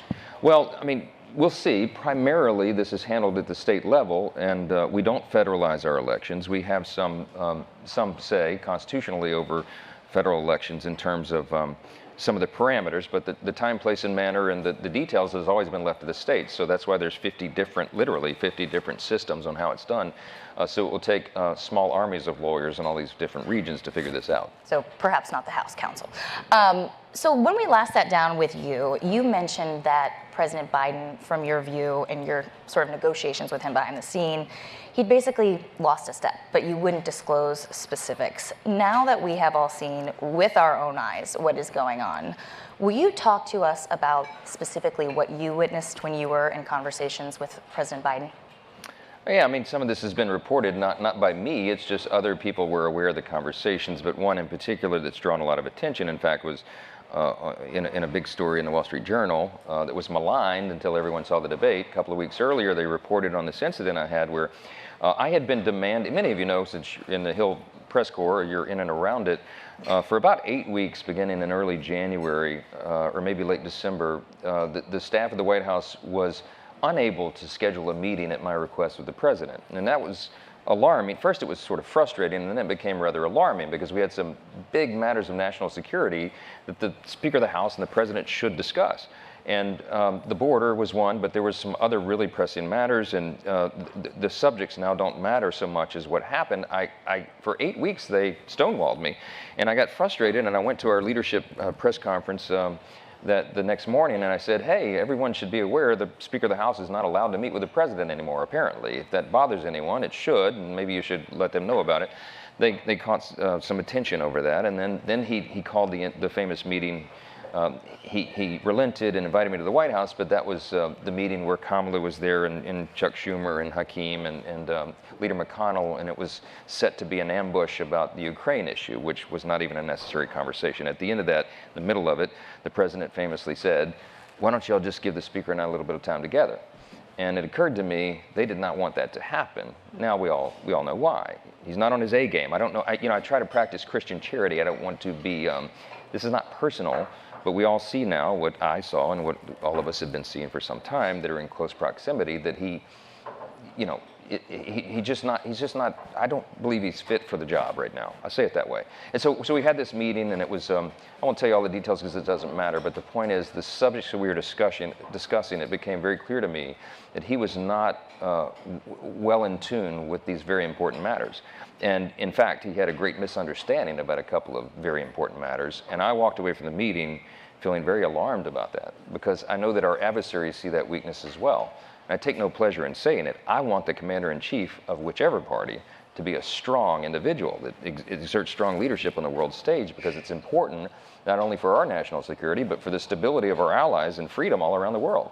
We just had the NATO summit last week, in Washington, and the leaders of all of our allied nations are just as concerned about this as we are, or more, because some of them are in closer proximity to the real danger.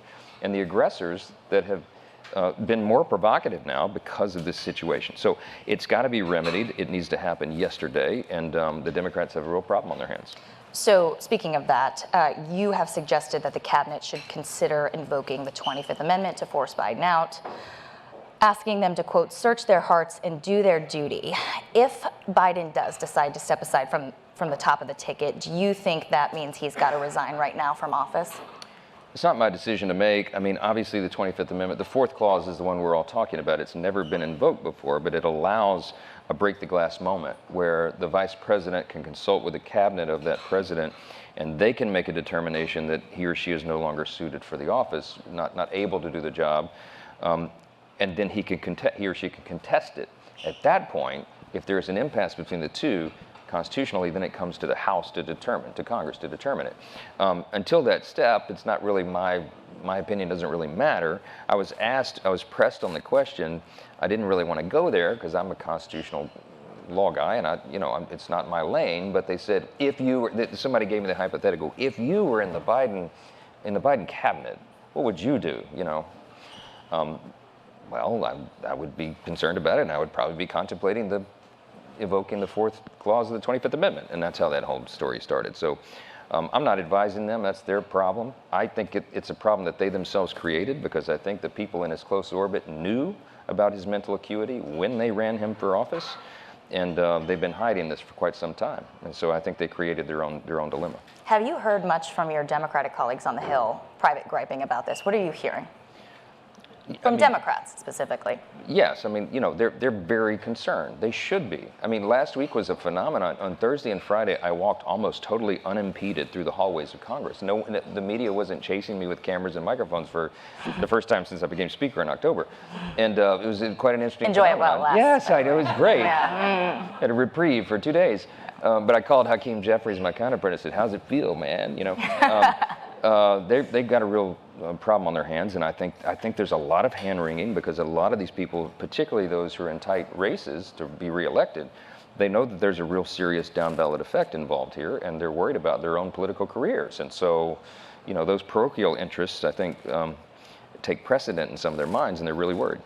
Last question on this, then we'll move on. Your own members are a bit divided about how to handle this meltdown we're seeing in the Democratic Party. You have members like Jamie Comer and Chip Roy who sort of want to seize on it, have these high-profile hearings about Biden's mental fitness for office, maybe force some Democrats to take votes regarding a sense of, you know, the House on the 25th Amendment. And then you have others like Jim Jordan who think that Republicans should just sort of sit back and let Democrats just sort of implode. Do you have, I'm sure you have a thought on this. What is it? Which strategy is right? I mean, I have a lot of thoughts. You can look at it politically.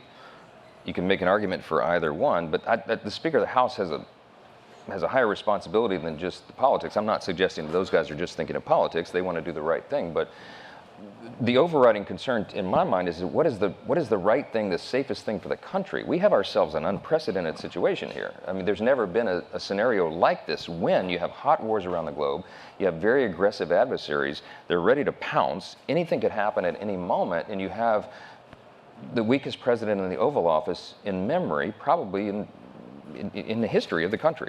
So what is the right thing for all of us as Americans? Put aside the politics of it. What is the safest thing for us to do? I'm not sure I know the answer to that, but that ought to be the question that all of us are asking. That sounds like you're open to hearings and making this a big part of the House, what the House is going to do in the fall. Well, look, there's real vulnerability right now. I mean, maybe some of you have seen some of these national interviews I've done. When we talk about this, I always try to clarify and look right into the camera and say, China, Russia, Iran, North Korea need to be aware the American people and the U.S. military are ready to defend our interest at any moment. Do not confuse the palace intrigue around what's happening with Joe Biden as an individual with the resolve of the American people. Please, I mean, this is, you know, we can't project weakness for more than we are. Oh, interesting. So by showcasing how weak he is, that might have the reverse. Yes, I'm probably telling you more than I should, but I mean, you know, these are the calculations. We have to think about the nation's best interest first, and this is a serious situation, and there is no playbook that one can follow. We're in unprecedented times. We're in uncharted waters. We've got to think very carefully and decisively about how we proceed. So last night we got to know J.D. Vance, Trump's new running mate, a little bit, and I hear over the last few days you've had some private meetings with him. Tell us about these meetings with him. I mean, what's your sort of chemistry? Well, let me start with his address last night. I thought it was fantastic. I got to sit next to his mom, and they came and sat her next to me in the box, and I thought she was a donor, you know, some big heavy hitter donor or something. And I introduced myself. I said hello, and she said hi. I said where are you from? I thought I was supposed to know her, and she said I'm J.D. Vance's mom. I said oh, it's amazing.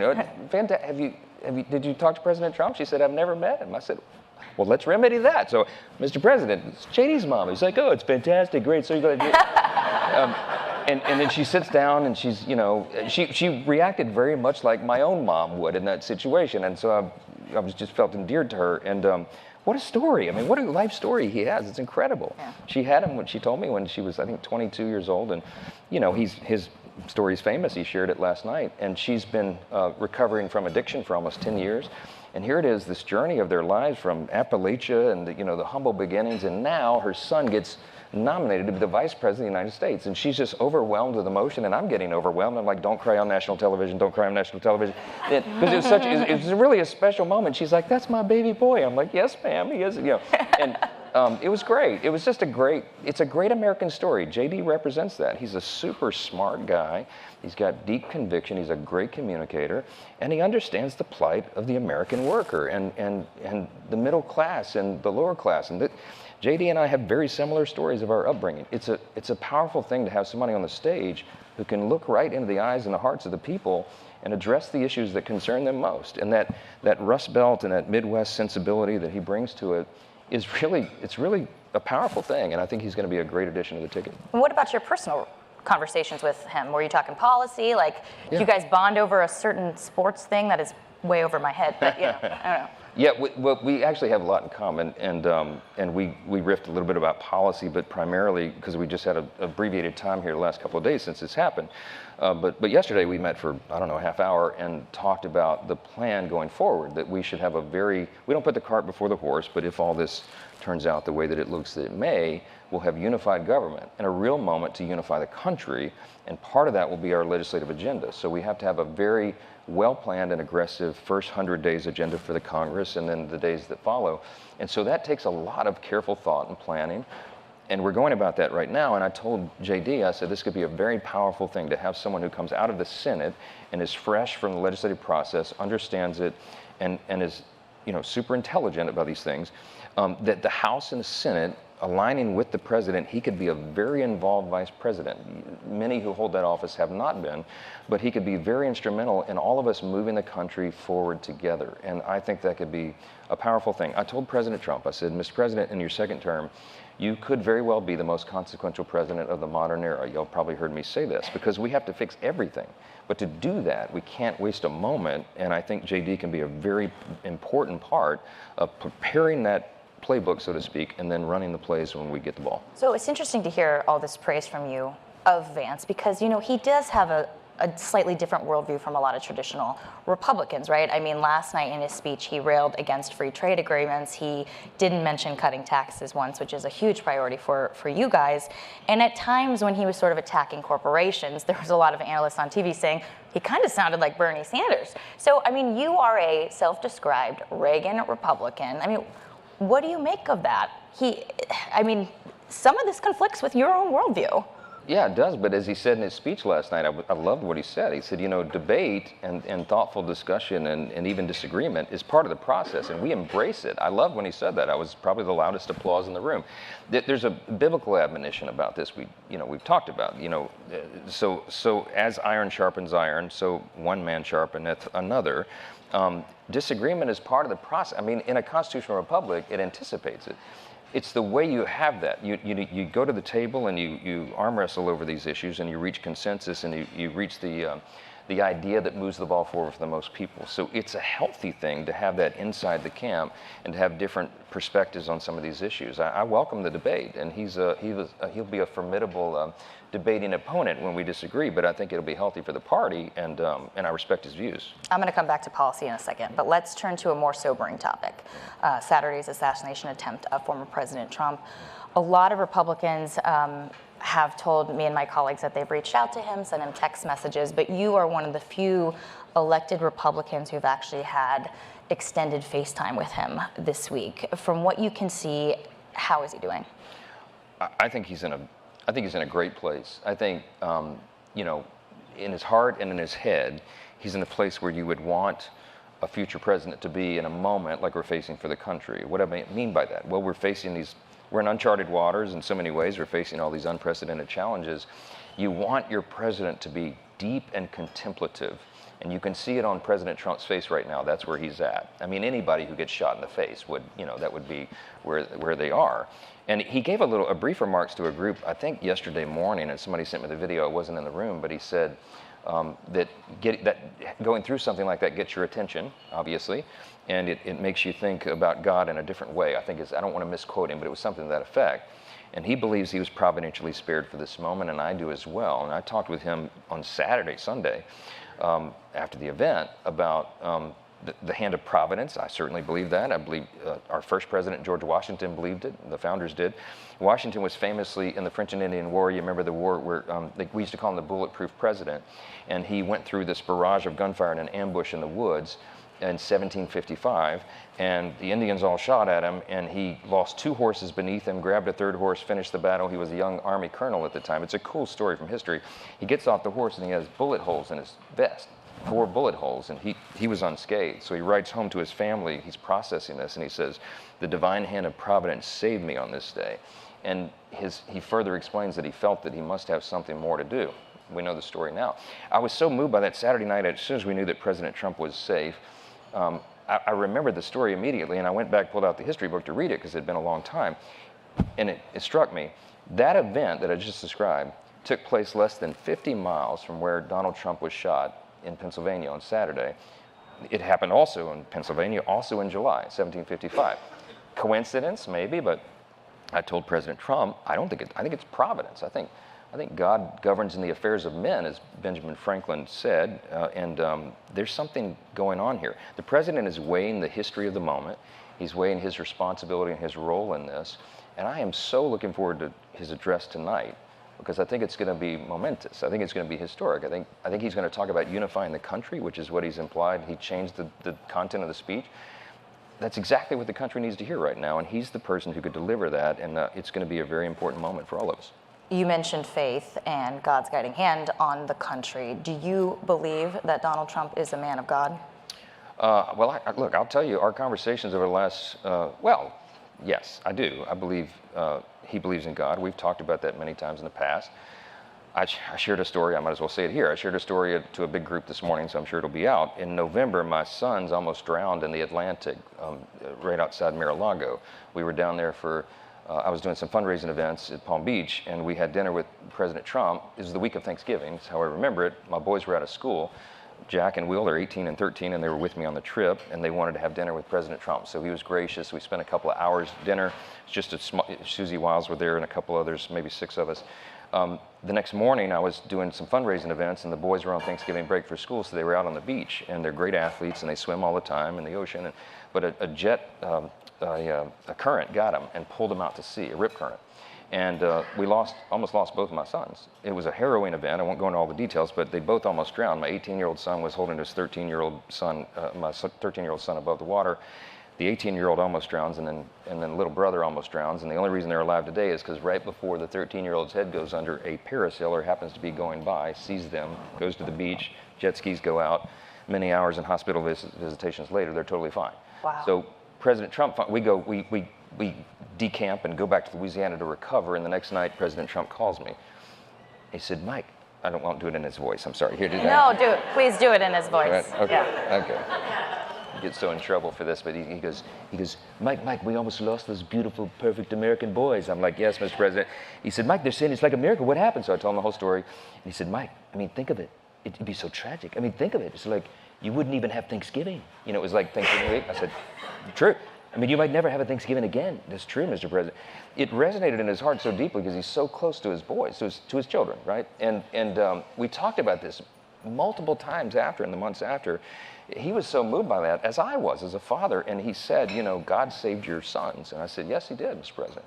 So I reminded him of that on Sunday after his event. I said, yeah, just like God saved my boys, now he saved you as well. And he agreed. It was like a centimeter's difference. We're having a different conversation today. You know, you get that close to death, that'll get anybody's attention, and I think he's thinking very deeply about that. I'm not going to, you can quote him in his own words. I think he's going to talk about it tonight. He said it in an audience yesterday morning.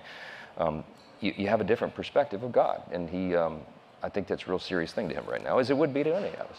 Yeah, I'm sure that's going to be met with some skepticism, Well, hey. given he's not much of a churchgoer. Well, but we'll but see. you know, people can sniff a phony, and I think he's being very authentic about this, and I think it's going to resonate with people. So you've called for the Secret Service director to resign. You're going to be creating this bipartisan task force in Congress, well, in the House, to investigate. You've also been briefed on the TikTok of last Saturday, from my understanding. We are starting to see reports here and there of different things coming out, right? The shooter was researching Biden as well as Trump. We saw reports that the Secret Service resources may have been diverted to protect Jill Biden, who was also in the state at the time. We've heard that local police told the Secret Service they didn't have the resources to protect that roof, and yet somehow that roof was still not protected, even though Secret Service knew this. Is there anything more that hasn't started to trickle out that you can tell us to make sense of what happened on Saturday? I wish I could. The classified parts are even more alarming than what we've heard so far. It's completely inexcusable. I had Secretary Mayorkas on the phone Saturday within hours of the event. He didn't have any answers for me. I asked a very simple question that many of you would ask if you had the Secretary of DHS on the phone after that event. Mr. Secretary, where were the drones? I mean, we do drones as standard practice for almost every outdoor event now. A drone would have certainly spotted this guy on the roof. I mean, like, what? He didn't have any answers that night. Look, we have a lot more questions than answers.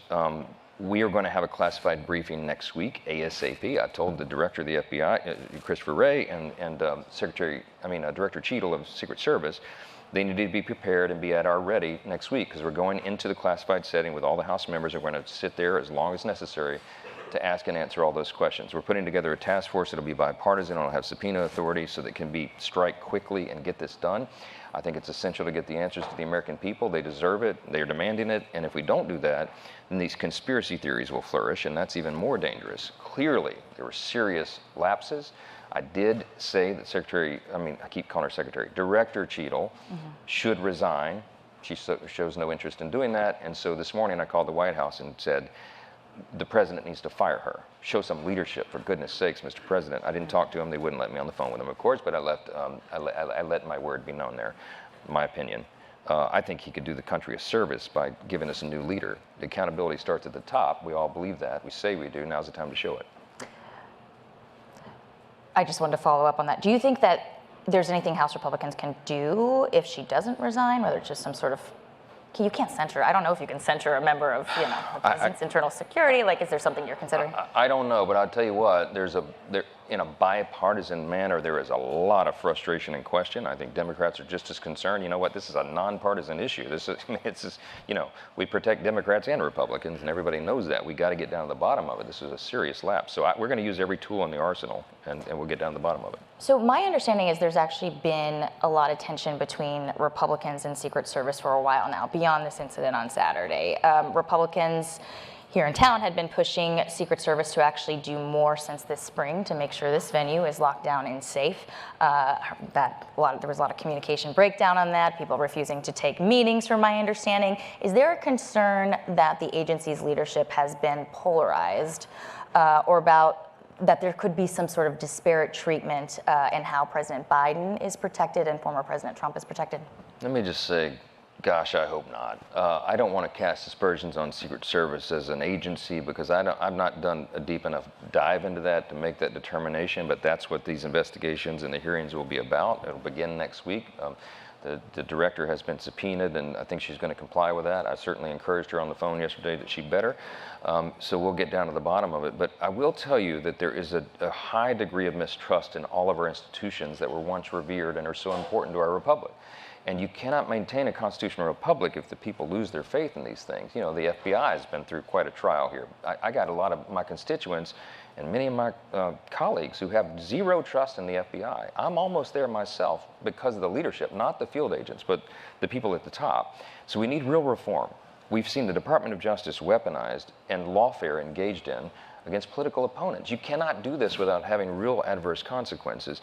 And when you have the leaders of the country doubting one of these critical institutions that we have, the Secret Service, for crying out loud, used to be above reproach. It's a real problem, and we're going to have a long time and a hard job, I think, a hard task to rebuild trust in these critical components of the government. I paused before my last question because I had a question pop up when you were talking, and I couldn't remember what it was. I just remembered. You talked about you're going to get these classified briefings next week, but I mean, the American public really wants to know as much information as possible. Do you think that the administration should declassify this stuff? Well, yes, 100%, and I'll be pressing for that, and we all will, and we'll demand that those answers get out. It's in everybody's interest let's just admit that there were failures, let's have accountability and move forward and make sure it doesn't happen again. If you let questions hover over this, it's a dangerous thing right now because the country is a tinderbox and people will draw their own conclusions. The facts and the truth will set us free. Let's get it out there. That's my position. So Trump is now a survivor of gun violence. And so naturally some people, probably not here in Milwaukee, are going to be asking about potential changes to gun control issues. Former President Trump, when he was in the White House, you'll probably recall, he did actually try to strike a gun restriction agreement with Democrats. It ended up falling apart. This was right before the first impeachment. And he even had that public meeting with some Republicans where he said, "You're afraid of the NRA, you're afraid of the NRA." It does seem like Trump over time has sort of flirted with this issue. You are obviously a traditional Republican who is not interested in some sort of additional gun restrictions, but I guess I'm wondering, after being shot at and almost dying, is there anything we could see in a Trump administration regarding reforms on guns? I don't think anybody's blaming the gun here. I think they're blaming the assailant and the breakdown in the system. I mean, look, I haven't heard anybody talking about that on our side, and I don't think President Trump will be an advocate for it. We don't restrict freedoms of people because some people misuse it. And this was obviously this kid had serious problems. We're getting down to the bottom of that, but I think that's cart before the horse stuff at this point. Okay, let's talk policy for a bit. So, former President Trump has very much watered down some of the traditional anti-abortion language we have seen in the GOP platform this year. How are you, as a firm pro-lifer, okay with what we saw happen this week on the platform? Well, the platform doesn't determine our principles. I mean, the principles of the party, I'm proud that the Republican Party is pro-life, and we'll continue to do all the work we always have been to advocate for young mothers and all mothers, for strong families and human flourishing. Look, in my speech on the floor, I evoked the Declaration of Independence, which I'm apt to do because it's our nation's birth certificate, and it states the self-evident truths that all of us are created equal, not born equal, but created equal, and that we believe, and the founders believe, that we were made by a creator and that he's the one that gives us our rights. Why does all that matter to this argument? Because if you're made by your creator and you're made in his image, which they believed and I believe and most of us believe, it means every single person, you heard me say on the floor, has inestimable dignity and value. And your value is not related in any way to the color of your skin or what zip code you live in or where you come from or what your talents are or what you can contribute to society. Your value is inherent because it's given to you by God. I am the product of a teen pregnancy. My mom was 17 years old when I was born. They were high school sweethearts. They dropped out of high school to have me and start a family. I'm really grateful they did. This has always been a real, personal issue to me, and so it will be. But I'm one of 434 colleagues in the House of Representatives. None of us we all come to Congress with our own convictions, but you have to build consensus. And the reality is, in America right now, there is no consensus. Breitbart said politics is downstream from culture. Well, you can't have political consensus on an issue that's this contentious until you get cultural consensus first. So as people who believe in the sanctity of life, we have a lot of work to do to build a culture of life. And in the meantime, our policy will advance the ideals that are stated in the Declaration, and I'm comfortable where we are. There's a strong distinction right now. There's a strong distinction between where the Republican Party stands, where the Democrat Party stands. This is not your grandfather's Democratic Party on this, okay? Every sitting member in the House and the Senate voted for full-term abortion on demand up to the moment of birth, okay? That's way beyond where any European country is or anybody else. It puts us on par with China, North Korea, and some bad guys around the world. I like our position better than the other, and I'll stick with it. So with the exception of late-term abortion, which the platform, from my understanding, does very, very much call out explicitly, this new position we're hearing from the Republican Party on the issue is, leave it to the states, let them decide how to handle. I know you just said you're comfortable where the party is right now, but doesn't that position effectively mean that the party's okay with blue states deciding to give wide access to abortion? No, I don't think that's what that means at all. I think that's leave it to the states. No, I think it's a recognition of the reality of the politics of the country. The states are handling it, and that, I was one of the lawyers who went into the courts for decades and argued that Roe was an egregiously unconstitutional decision, and part of the argument was because 9 unelected judges pulled the authority away from the states who were legislating on the issue before they evoked Roe and made it a claim there's a constitutional right in the federal constitution, which there's not.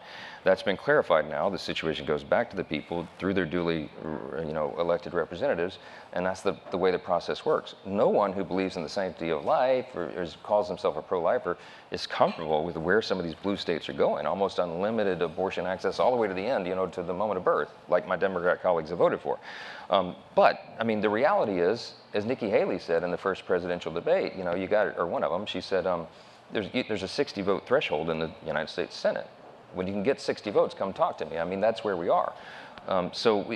This is a battle, a discussion, a debate. It has to be had at a local community level through churches, individuals, communities, and people have to talk about this. Who do we want to be as a people? Do we want to respect the dignity of every single life? I think we do. I think that's what's best about America, and that's an important national conversation that we'll be having now. You said when you get 60 Senate Republican votes, come talk to me. Are you suggesting that if there is a supermajority, then maybe we could see some sort of nationwide abortion-related something? No, I'm saying the politics follow the cultural consensus, and that was Nikki's response in the debate. I'm paraphrasing her. Right. But when she said that, everybody goes, that's right. It doesn't matter what anybody plans or wants. You have to have consensus, and we're a long way away from that. Okay, let's talk about some other policy issues here. Republicans have been hitting Biden and the Democrats on inflation for a while now, yet former President Trump wants to do a minimum 10% tariff on all imports, 60% tariffs on all goods from China. This will make prices go up for Americans. How are you okay with this as somebody who writes on your website, free markets and free trade agreements allow for innovation, improvement, and economic expansion? These things are very much in contradiction. That's a brilliant quote. Thank you for reading my website. No, look, I don't think that's President Trump's plan. I think he's floating a lot of ideas out there, and this is how he does. This is how he makes decisions, right? He floats trial balloons, and he gauges reaction. There'll be a lot of thoughtful discussion about trade policy, tariff policy, and all the rest. There's a lot of interest in it. Obviously, we have to take a hard stand against China. They're our #1 adversary, and they are trying to build an empire again, and they're being very aggressive and provocative, and they're working in our own hemisphere to undermine us. And trade policy is a big part of that. So there'll be lots of thoughtful discussion, but I mean, he's not put out an economic agenda yet. He's talking about broad ideas. We'll see where all that goes. I mean, but he's said that that's what he's looking for. Are you trying to talk him out of tariffs? I ain't talking about nothing yet. Look, we all believe in free trade. He always adds free and fair trade. I agree with that. I mean, we can't compete in the marketplace with one hand tied behind our back. That's what he's talking about. When he says America first, it comes from a very honest place deep in his heart. And we believe that. And what that means is you put your nation's interest first. It makes sense. You take care of your own house before you go out and take care of others. And he's trying to be a good steward of that. And there are different ideas on how we achieve that end, but that'll be part of the vigorous debate that we'll all have. The national debt right now is $35 trillion, or approaching it, yet the platform doesn't mention it once. I guess I'm wondering how you guys can call yourself the party of fiscal responsibility when, this is not even being talked about anymore. Oh, it's being talked about. We talk about it all the time. Okay, you are. Yeah, well. But leader of your party certainly isn't. You judge a party by its actions and the policies it advances and the effects of those policies. And that's why this is going to be a referendum in November, and that's why we're going to win handily. Because right now, the interesting thing about this presidential is you have two men who have actually been president. Even if they replaced Biden with Kamala, she's been in they were a team, right? So you have two administrations that have actually served the people. So people are looking beyond rhetoric and talking points and even platforms, and they're saying, how did both of these administrations do for me and my family? It's not even close. I mean, after the first 2 years of the Trump administration, we had the greatest economy in the history of the world, not just the U.S. I mean, everybody was doing better. Wages were up. Every demographic was moving up. All boats were rising. And the reason is because we implemented some of these policies that we've all believed in. So it's not just talk, it's action. People can evaluate the actions and the results of each of those things for their own families. And I think they're going to make the right choice. You mentioned action. Social Security and Medicare are going to be running out of reserves in about a decade. And yet at a time when these tough conversations really should be happening, your party's not talking about this at all. And in fact, Donald Trump says entitlement reform should be off the table. How is that realistic? Well, Medicare and Social Security are now, I think, within a 9-year window of insolvency. It's a very serious situation, and we're about to cross the $35 trillion threshold. 72-point-something% of federal spending is mandatory spending. And so in order to right the ship, you have to evaluate all the factors and make sure that you're doing right by the people. We are the party, and the reason Donald Trump is so insistent about this is he wants to communicate, and I do too, we are the party that wants to preserve Social Security and Medicare for the people. You can't preserve a program that is insolvent. And so there's a lot of ideas on the table that are bipartisan, that the Congress, the next Congress and the ones after that will have to have very thoughtful, deliberate discussions and debate about to try to figure out how to fix these programs so that we can save them. That's what's on the table. And when he means we're not going to touch them, he means we don't want to harm their programs or take benefits away from anybody. There's a way to ensure it, but it'll take bipartisan consensus to do that, and those ideas will become more concrete as we go forward. So I have a number of questions I still want to get to, but I'm being told that I need to start to wrap up. Well, just ignore the events, people. I want you to take us into the life of Mike Johnson. I mean, you've got 2 kids. You just mentioned them. We got a bunch of kids. Yeah. Oh, okay, more than 2 sons. How many? We have 5, really. 5? How did I not know that? Okay, so you're doing the speakership thing. You've got a family. You've got a fundraise. I mean, what does your typical day look like? So Newt Gingrich posted an op-ed several weeks ago in the Washington Times, and he said, Speaker Johnson has the most challenging speakership since the Civil War 160 years ago. And I picked up the phone, I'm like, dude, are you trying to encourage me in some twisted way, man? And he said, no, I said, read the rest of the op-ed. I said, you're doing an excellent job. It's just the job in the modern era is now impossible. And he wrote a book, The Road to the Majority, and he noted in his op-ed, he said, before I became Speaker of the House, I had 16 years to build the infrastructure, the plan, the playbook, the fundraising infrastructure. And he said, poor Johnson had 15 minutes, and he's not wrong about that. But he also noted, and we talked about, the advent of the 24-hour news cycle and social media, which is a toxin to politics, we all know. And Newt and I have talked about this. He said, you know, if my 18-seat majority, I had a 1-vote margin for like 5 months, you know.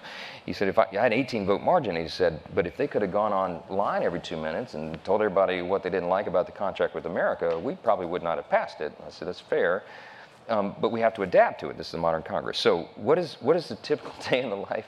I mean, no one who is sane would want this job. It really is kind of crazy. I mean, the way that it has evolved in the modern era is the Speaker is responsible for such a huge breadth of things and responsibilities. It's maddening. I mean, it's the legislative agenda. It's the maintenance of the Capitol grounds. It's the fundraising apparatus. It's the management of all the personalities and all of that. I spent half my day as Speaker of the House and the other half as a mental health counselor. That's what my day's like. and I sit down with everybody in the office and I'm like, how can we help you be successful today and stay on the team? What's your role on the field for this play? And it's, I don't sleep a lot because it's not allowed, but how many are you averaging a night sleep-wise? I don't know. My wife here, Kelly's here. What is it? I don't know, 4 hours maybe? I don't know, 4 or 5? That's rare. She says 4 or 5, and on a very good night, maybe 6. Yeah. We actually scheduled it. You got to learn the power nap. We at Playbook are really good at that, given the hours. If I go to sleep, there'll be a coup on me. No, I can't sleep. No. It's truly, we did schedule a nap for December. It's right after Christmas in December. Yeah. No, it's a lot of work. But and people ask me all the time, "Are you having fun?" This is not fun. Okay, I'm a wartime speaker in a very real sense, and it's a heavy responsibility, but I don't feel burdened by it because I know I believe genuinely in my heart we're doing the right thing and we're doing it for the right reason, and we got the greatest country in the world on our hands to save, all of us, not just the Speaker, all of us together. And so I kind of feel contemplative like President Trump is feeling right now about the weight of history and where we are in this moment and what our responsibility is. My great solace when I do get my 4 or 5 hours of sleep a night is that, y'all have heard me say before, is I remind myself of the admonition of John Quincy Adams, and he was the hellhound of slavery. He served as president, and then he went and ran for the House after that. I mean, talk about sick in the head, right? But he went and served in the House for a while, and he kept bringing the resolution to end slavery. And he kept failing over and over and over. And so I know where he was sitting on the old House chamber floor, which is now Stat Hall. When they asked him the question, this guy's a nerd, man. Oh, I know. I'm sorry. But this is cool because this younger member of Congress goes up to him and they said, they still called him Mr. President. Why do you keep bringing it? Why do you keep bringing it? The resolution to end slavery is not going to pass. And he said, young man, duty is ours, results are God's. And that's a very liberating thought, right? Like all of us. All we can do is our duty, our responsibility, and then at the end of the day, I'm so grateful that I'm not the sovereign and he's in charge, and that's therapy in itself, right? So anyway, I'm very bullish about the future. I think we've gone through a valley. I think it's much brighter on the other side. I think the other side comes after November 5. So that's why I'm still in it. Well, on that note, we're going to have to leave it there. Mr. Speaker, your security detail over here is giving me the eyes. I can see it. I'm in big trouble. Thank you all for coming, and thank you, Mr. Speaker, for giving us the time to do this. Yeah.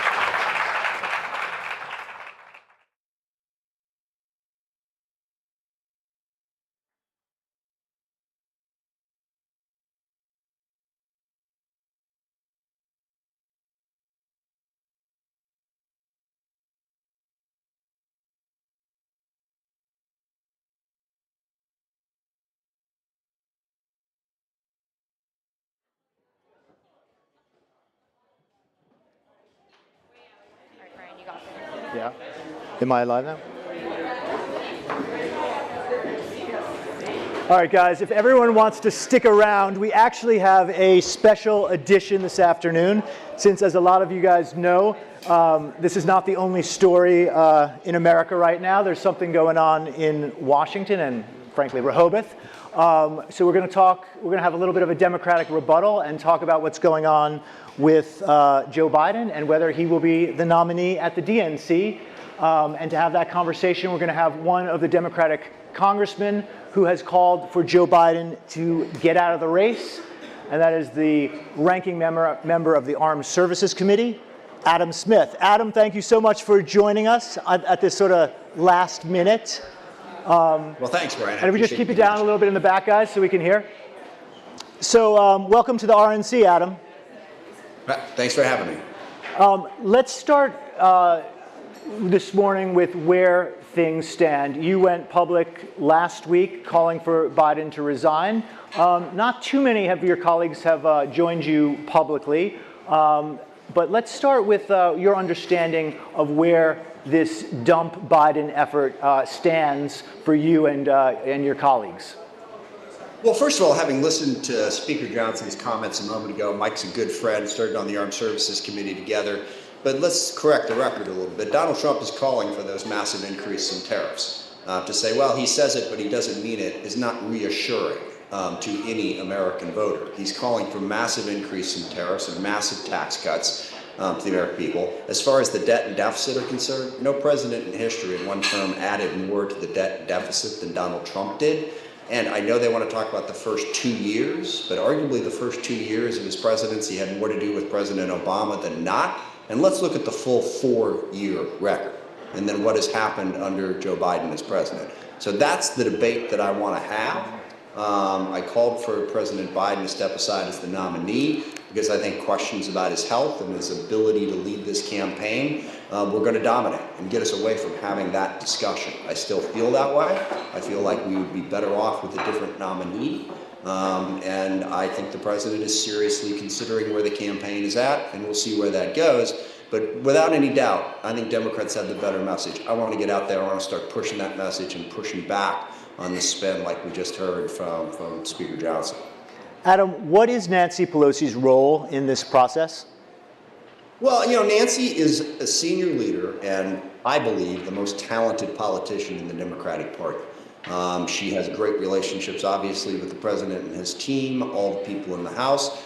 She has been guiding and steering and speaking to people about what the best path forward is in a way that I think has been very, very productive. I mean, I have an incredible amount of respect for Nancy, right up to the fact that, you know, she stepped aside. She still was very capable, but she passed the torch to the next generation. So I think she's a good person to listen to about where we're at right now as a party. You've had conversations with her about this?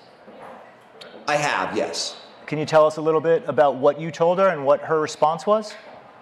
The first part, yes. The second part, no, because it was private conversations. I made the case to her the same way that I'm making it to you, and that I've made it since a couple weeks ago now, that, you know, those two issues. One, the president's ability to deliver the message, which he did not effectively do in the debate, to put it mildly, hasn't done since then. And then the questions about his health. Those two factors mean that the time is right to have him step aside. I made that case to Nancy. She heard me and listened to me. And like I said, she's working this her own way. So I'm not going to repeat back what she said to me. Do you have any doubt that Nancy Pelosi wants Joe Biden to step aside as the party's nominee?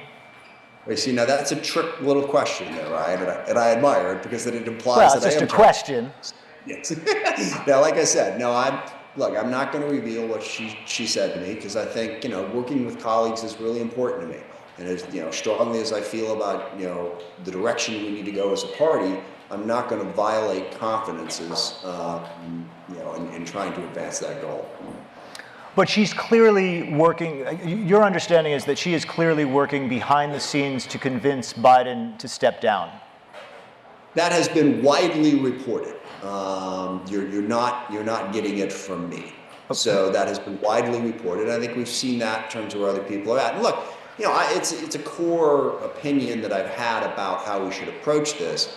I felt like we needed to be more public and more forceful. So, you know, others thought that that would backfire. Adam, just talk about the public versus the private, because some people say, well, going public actually is counterproductive because, you know, Biden doesn't want to be humiliated, and this all has to be done through back channels. Look, there's no part of this that is humiliating. Let's get rid of that right off the bat. Joe Biden has been an able public servant for over 50 years. Vice president, a very effective president for 4 years. You know, 4 years ago, the party made a difficult decision about, well, who would be the best person to take on Trump? And believe me, somewhere around 30 people stood up and said, me. So we had to pick from amongst those. And the party picked Joe Biden.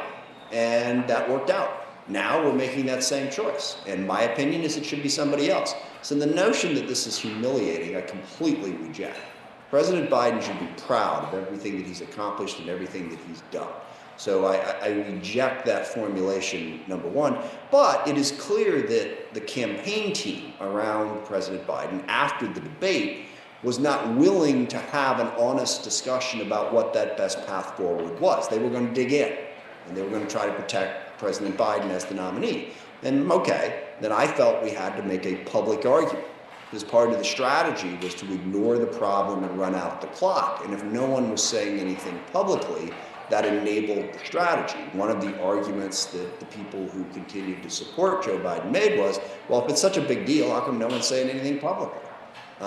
So I felt that a balance between those two approaches was right, and somebody needed to be public.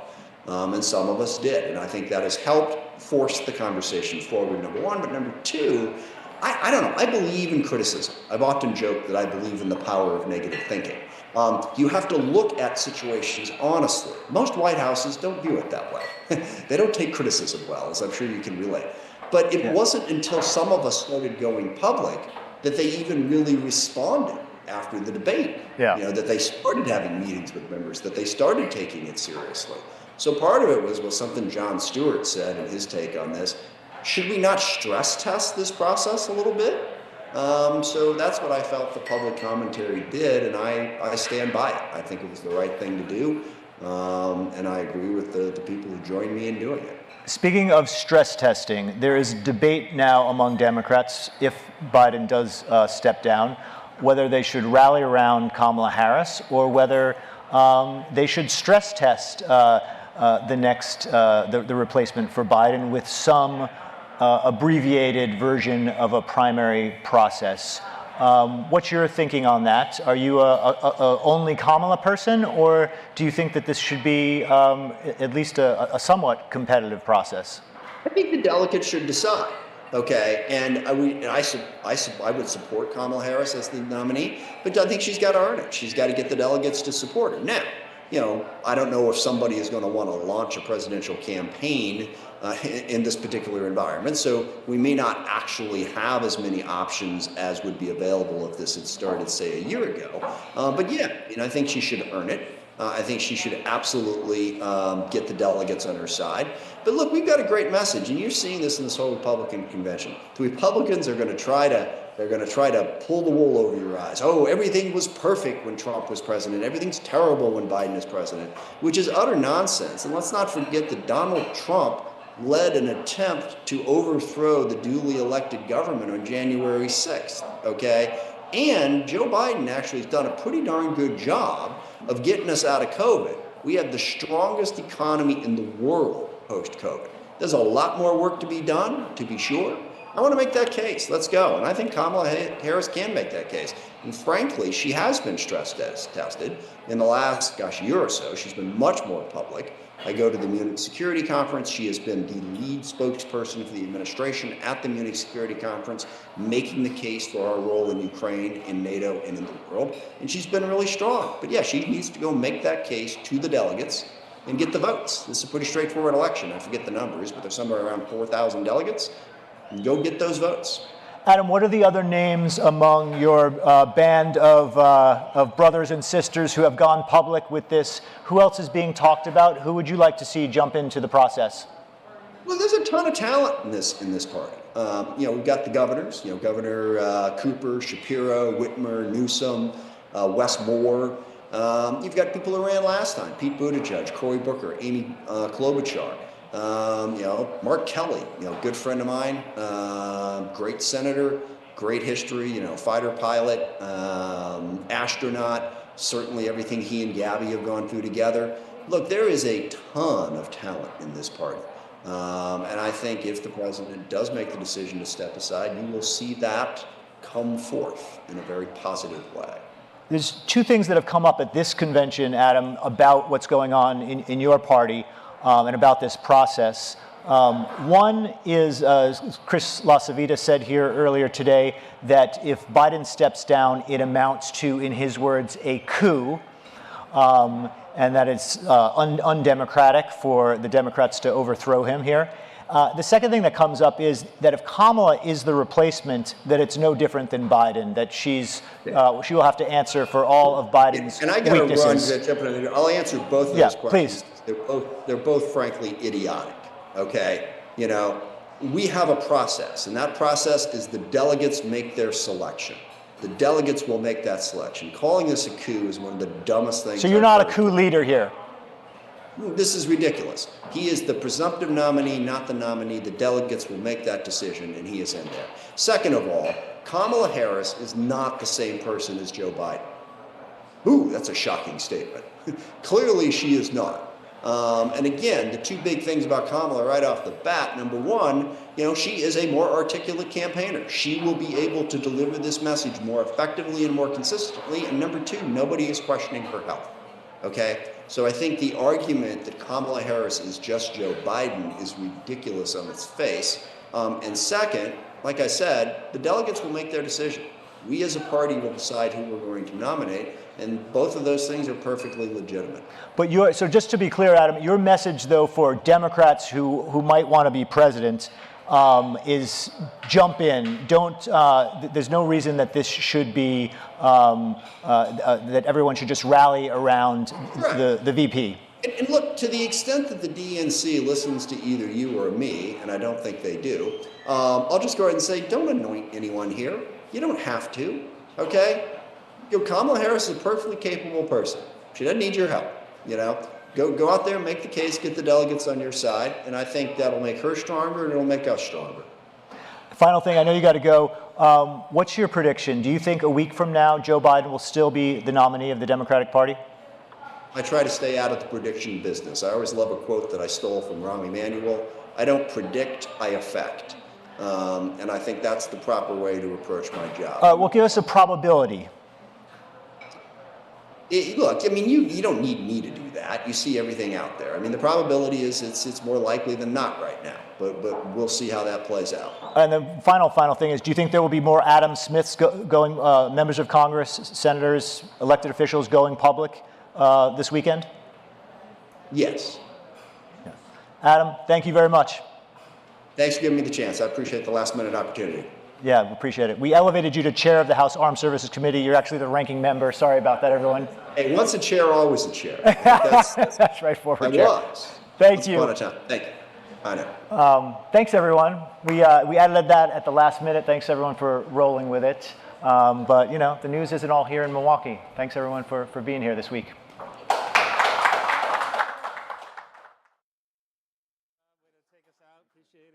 Ladies and gentlemen, just wanted to thank you for sticking around today, and for everybody watching, thank you for the entire week. This has been quite the undertaking, months in the making. So we want to take a minute to thank our partners with CNN, with the Grill, everybody who's worked on this on our staff, including a local staff who's here as well. And invite you all to stay tuned. We'll be back doing it all over again in a different location in Chicago for the DNC. It's been a great week. So thanks to everybody for sticking around, and we will see you soon.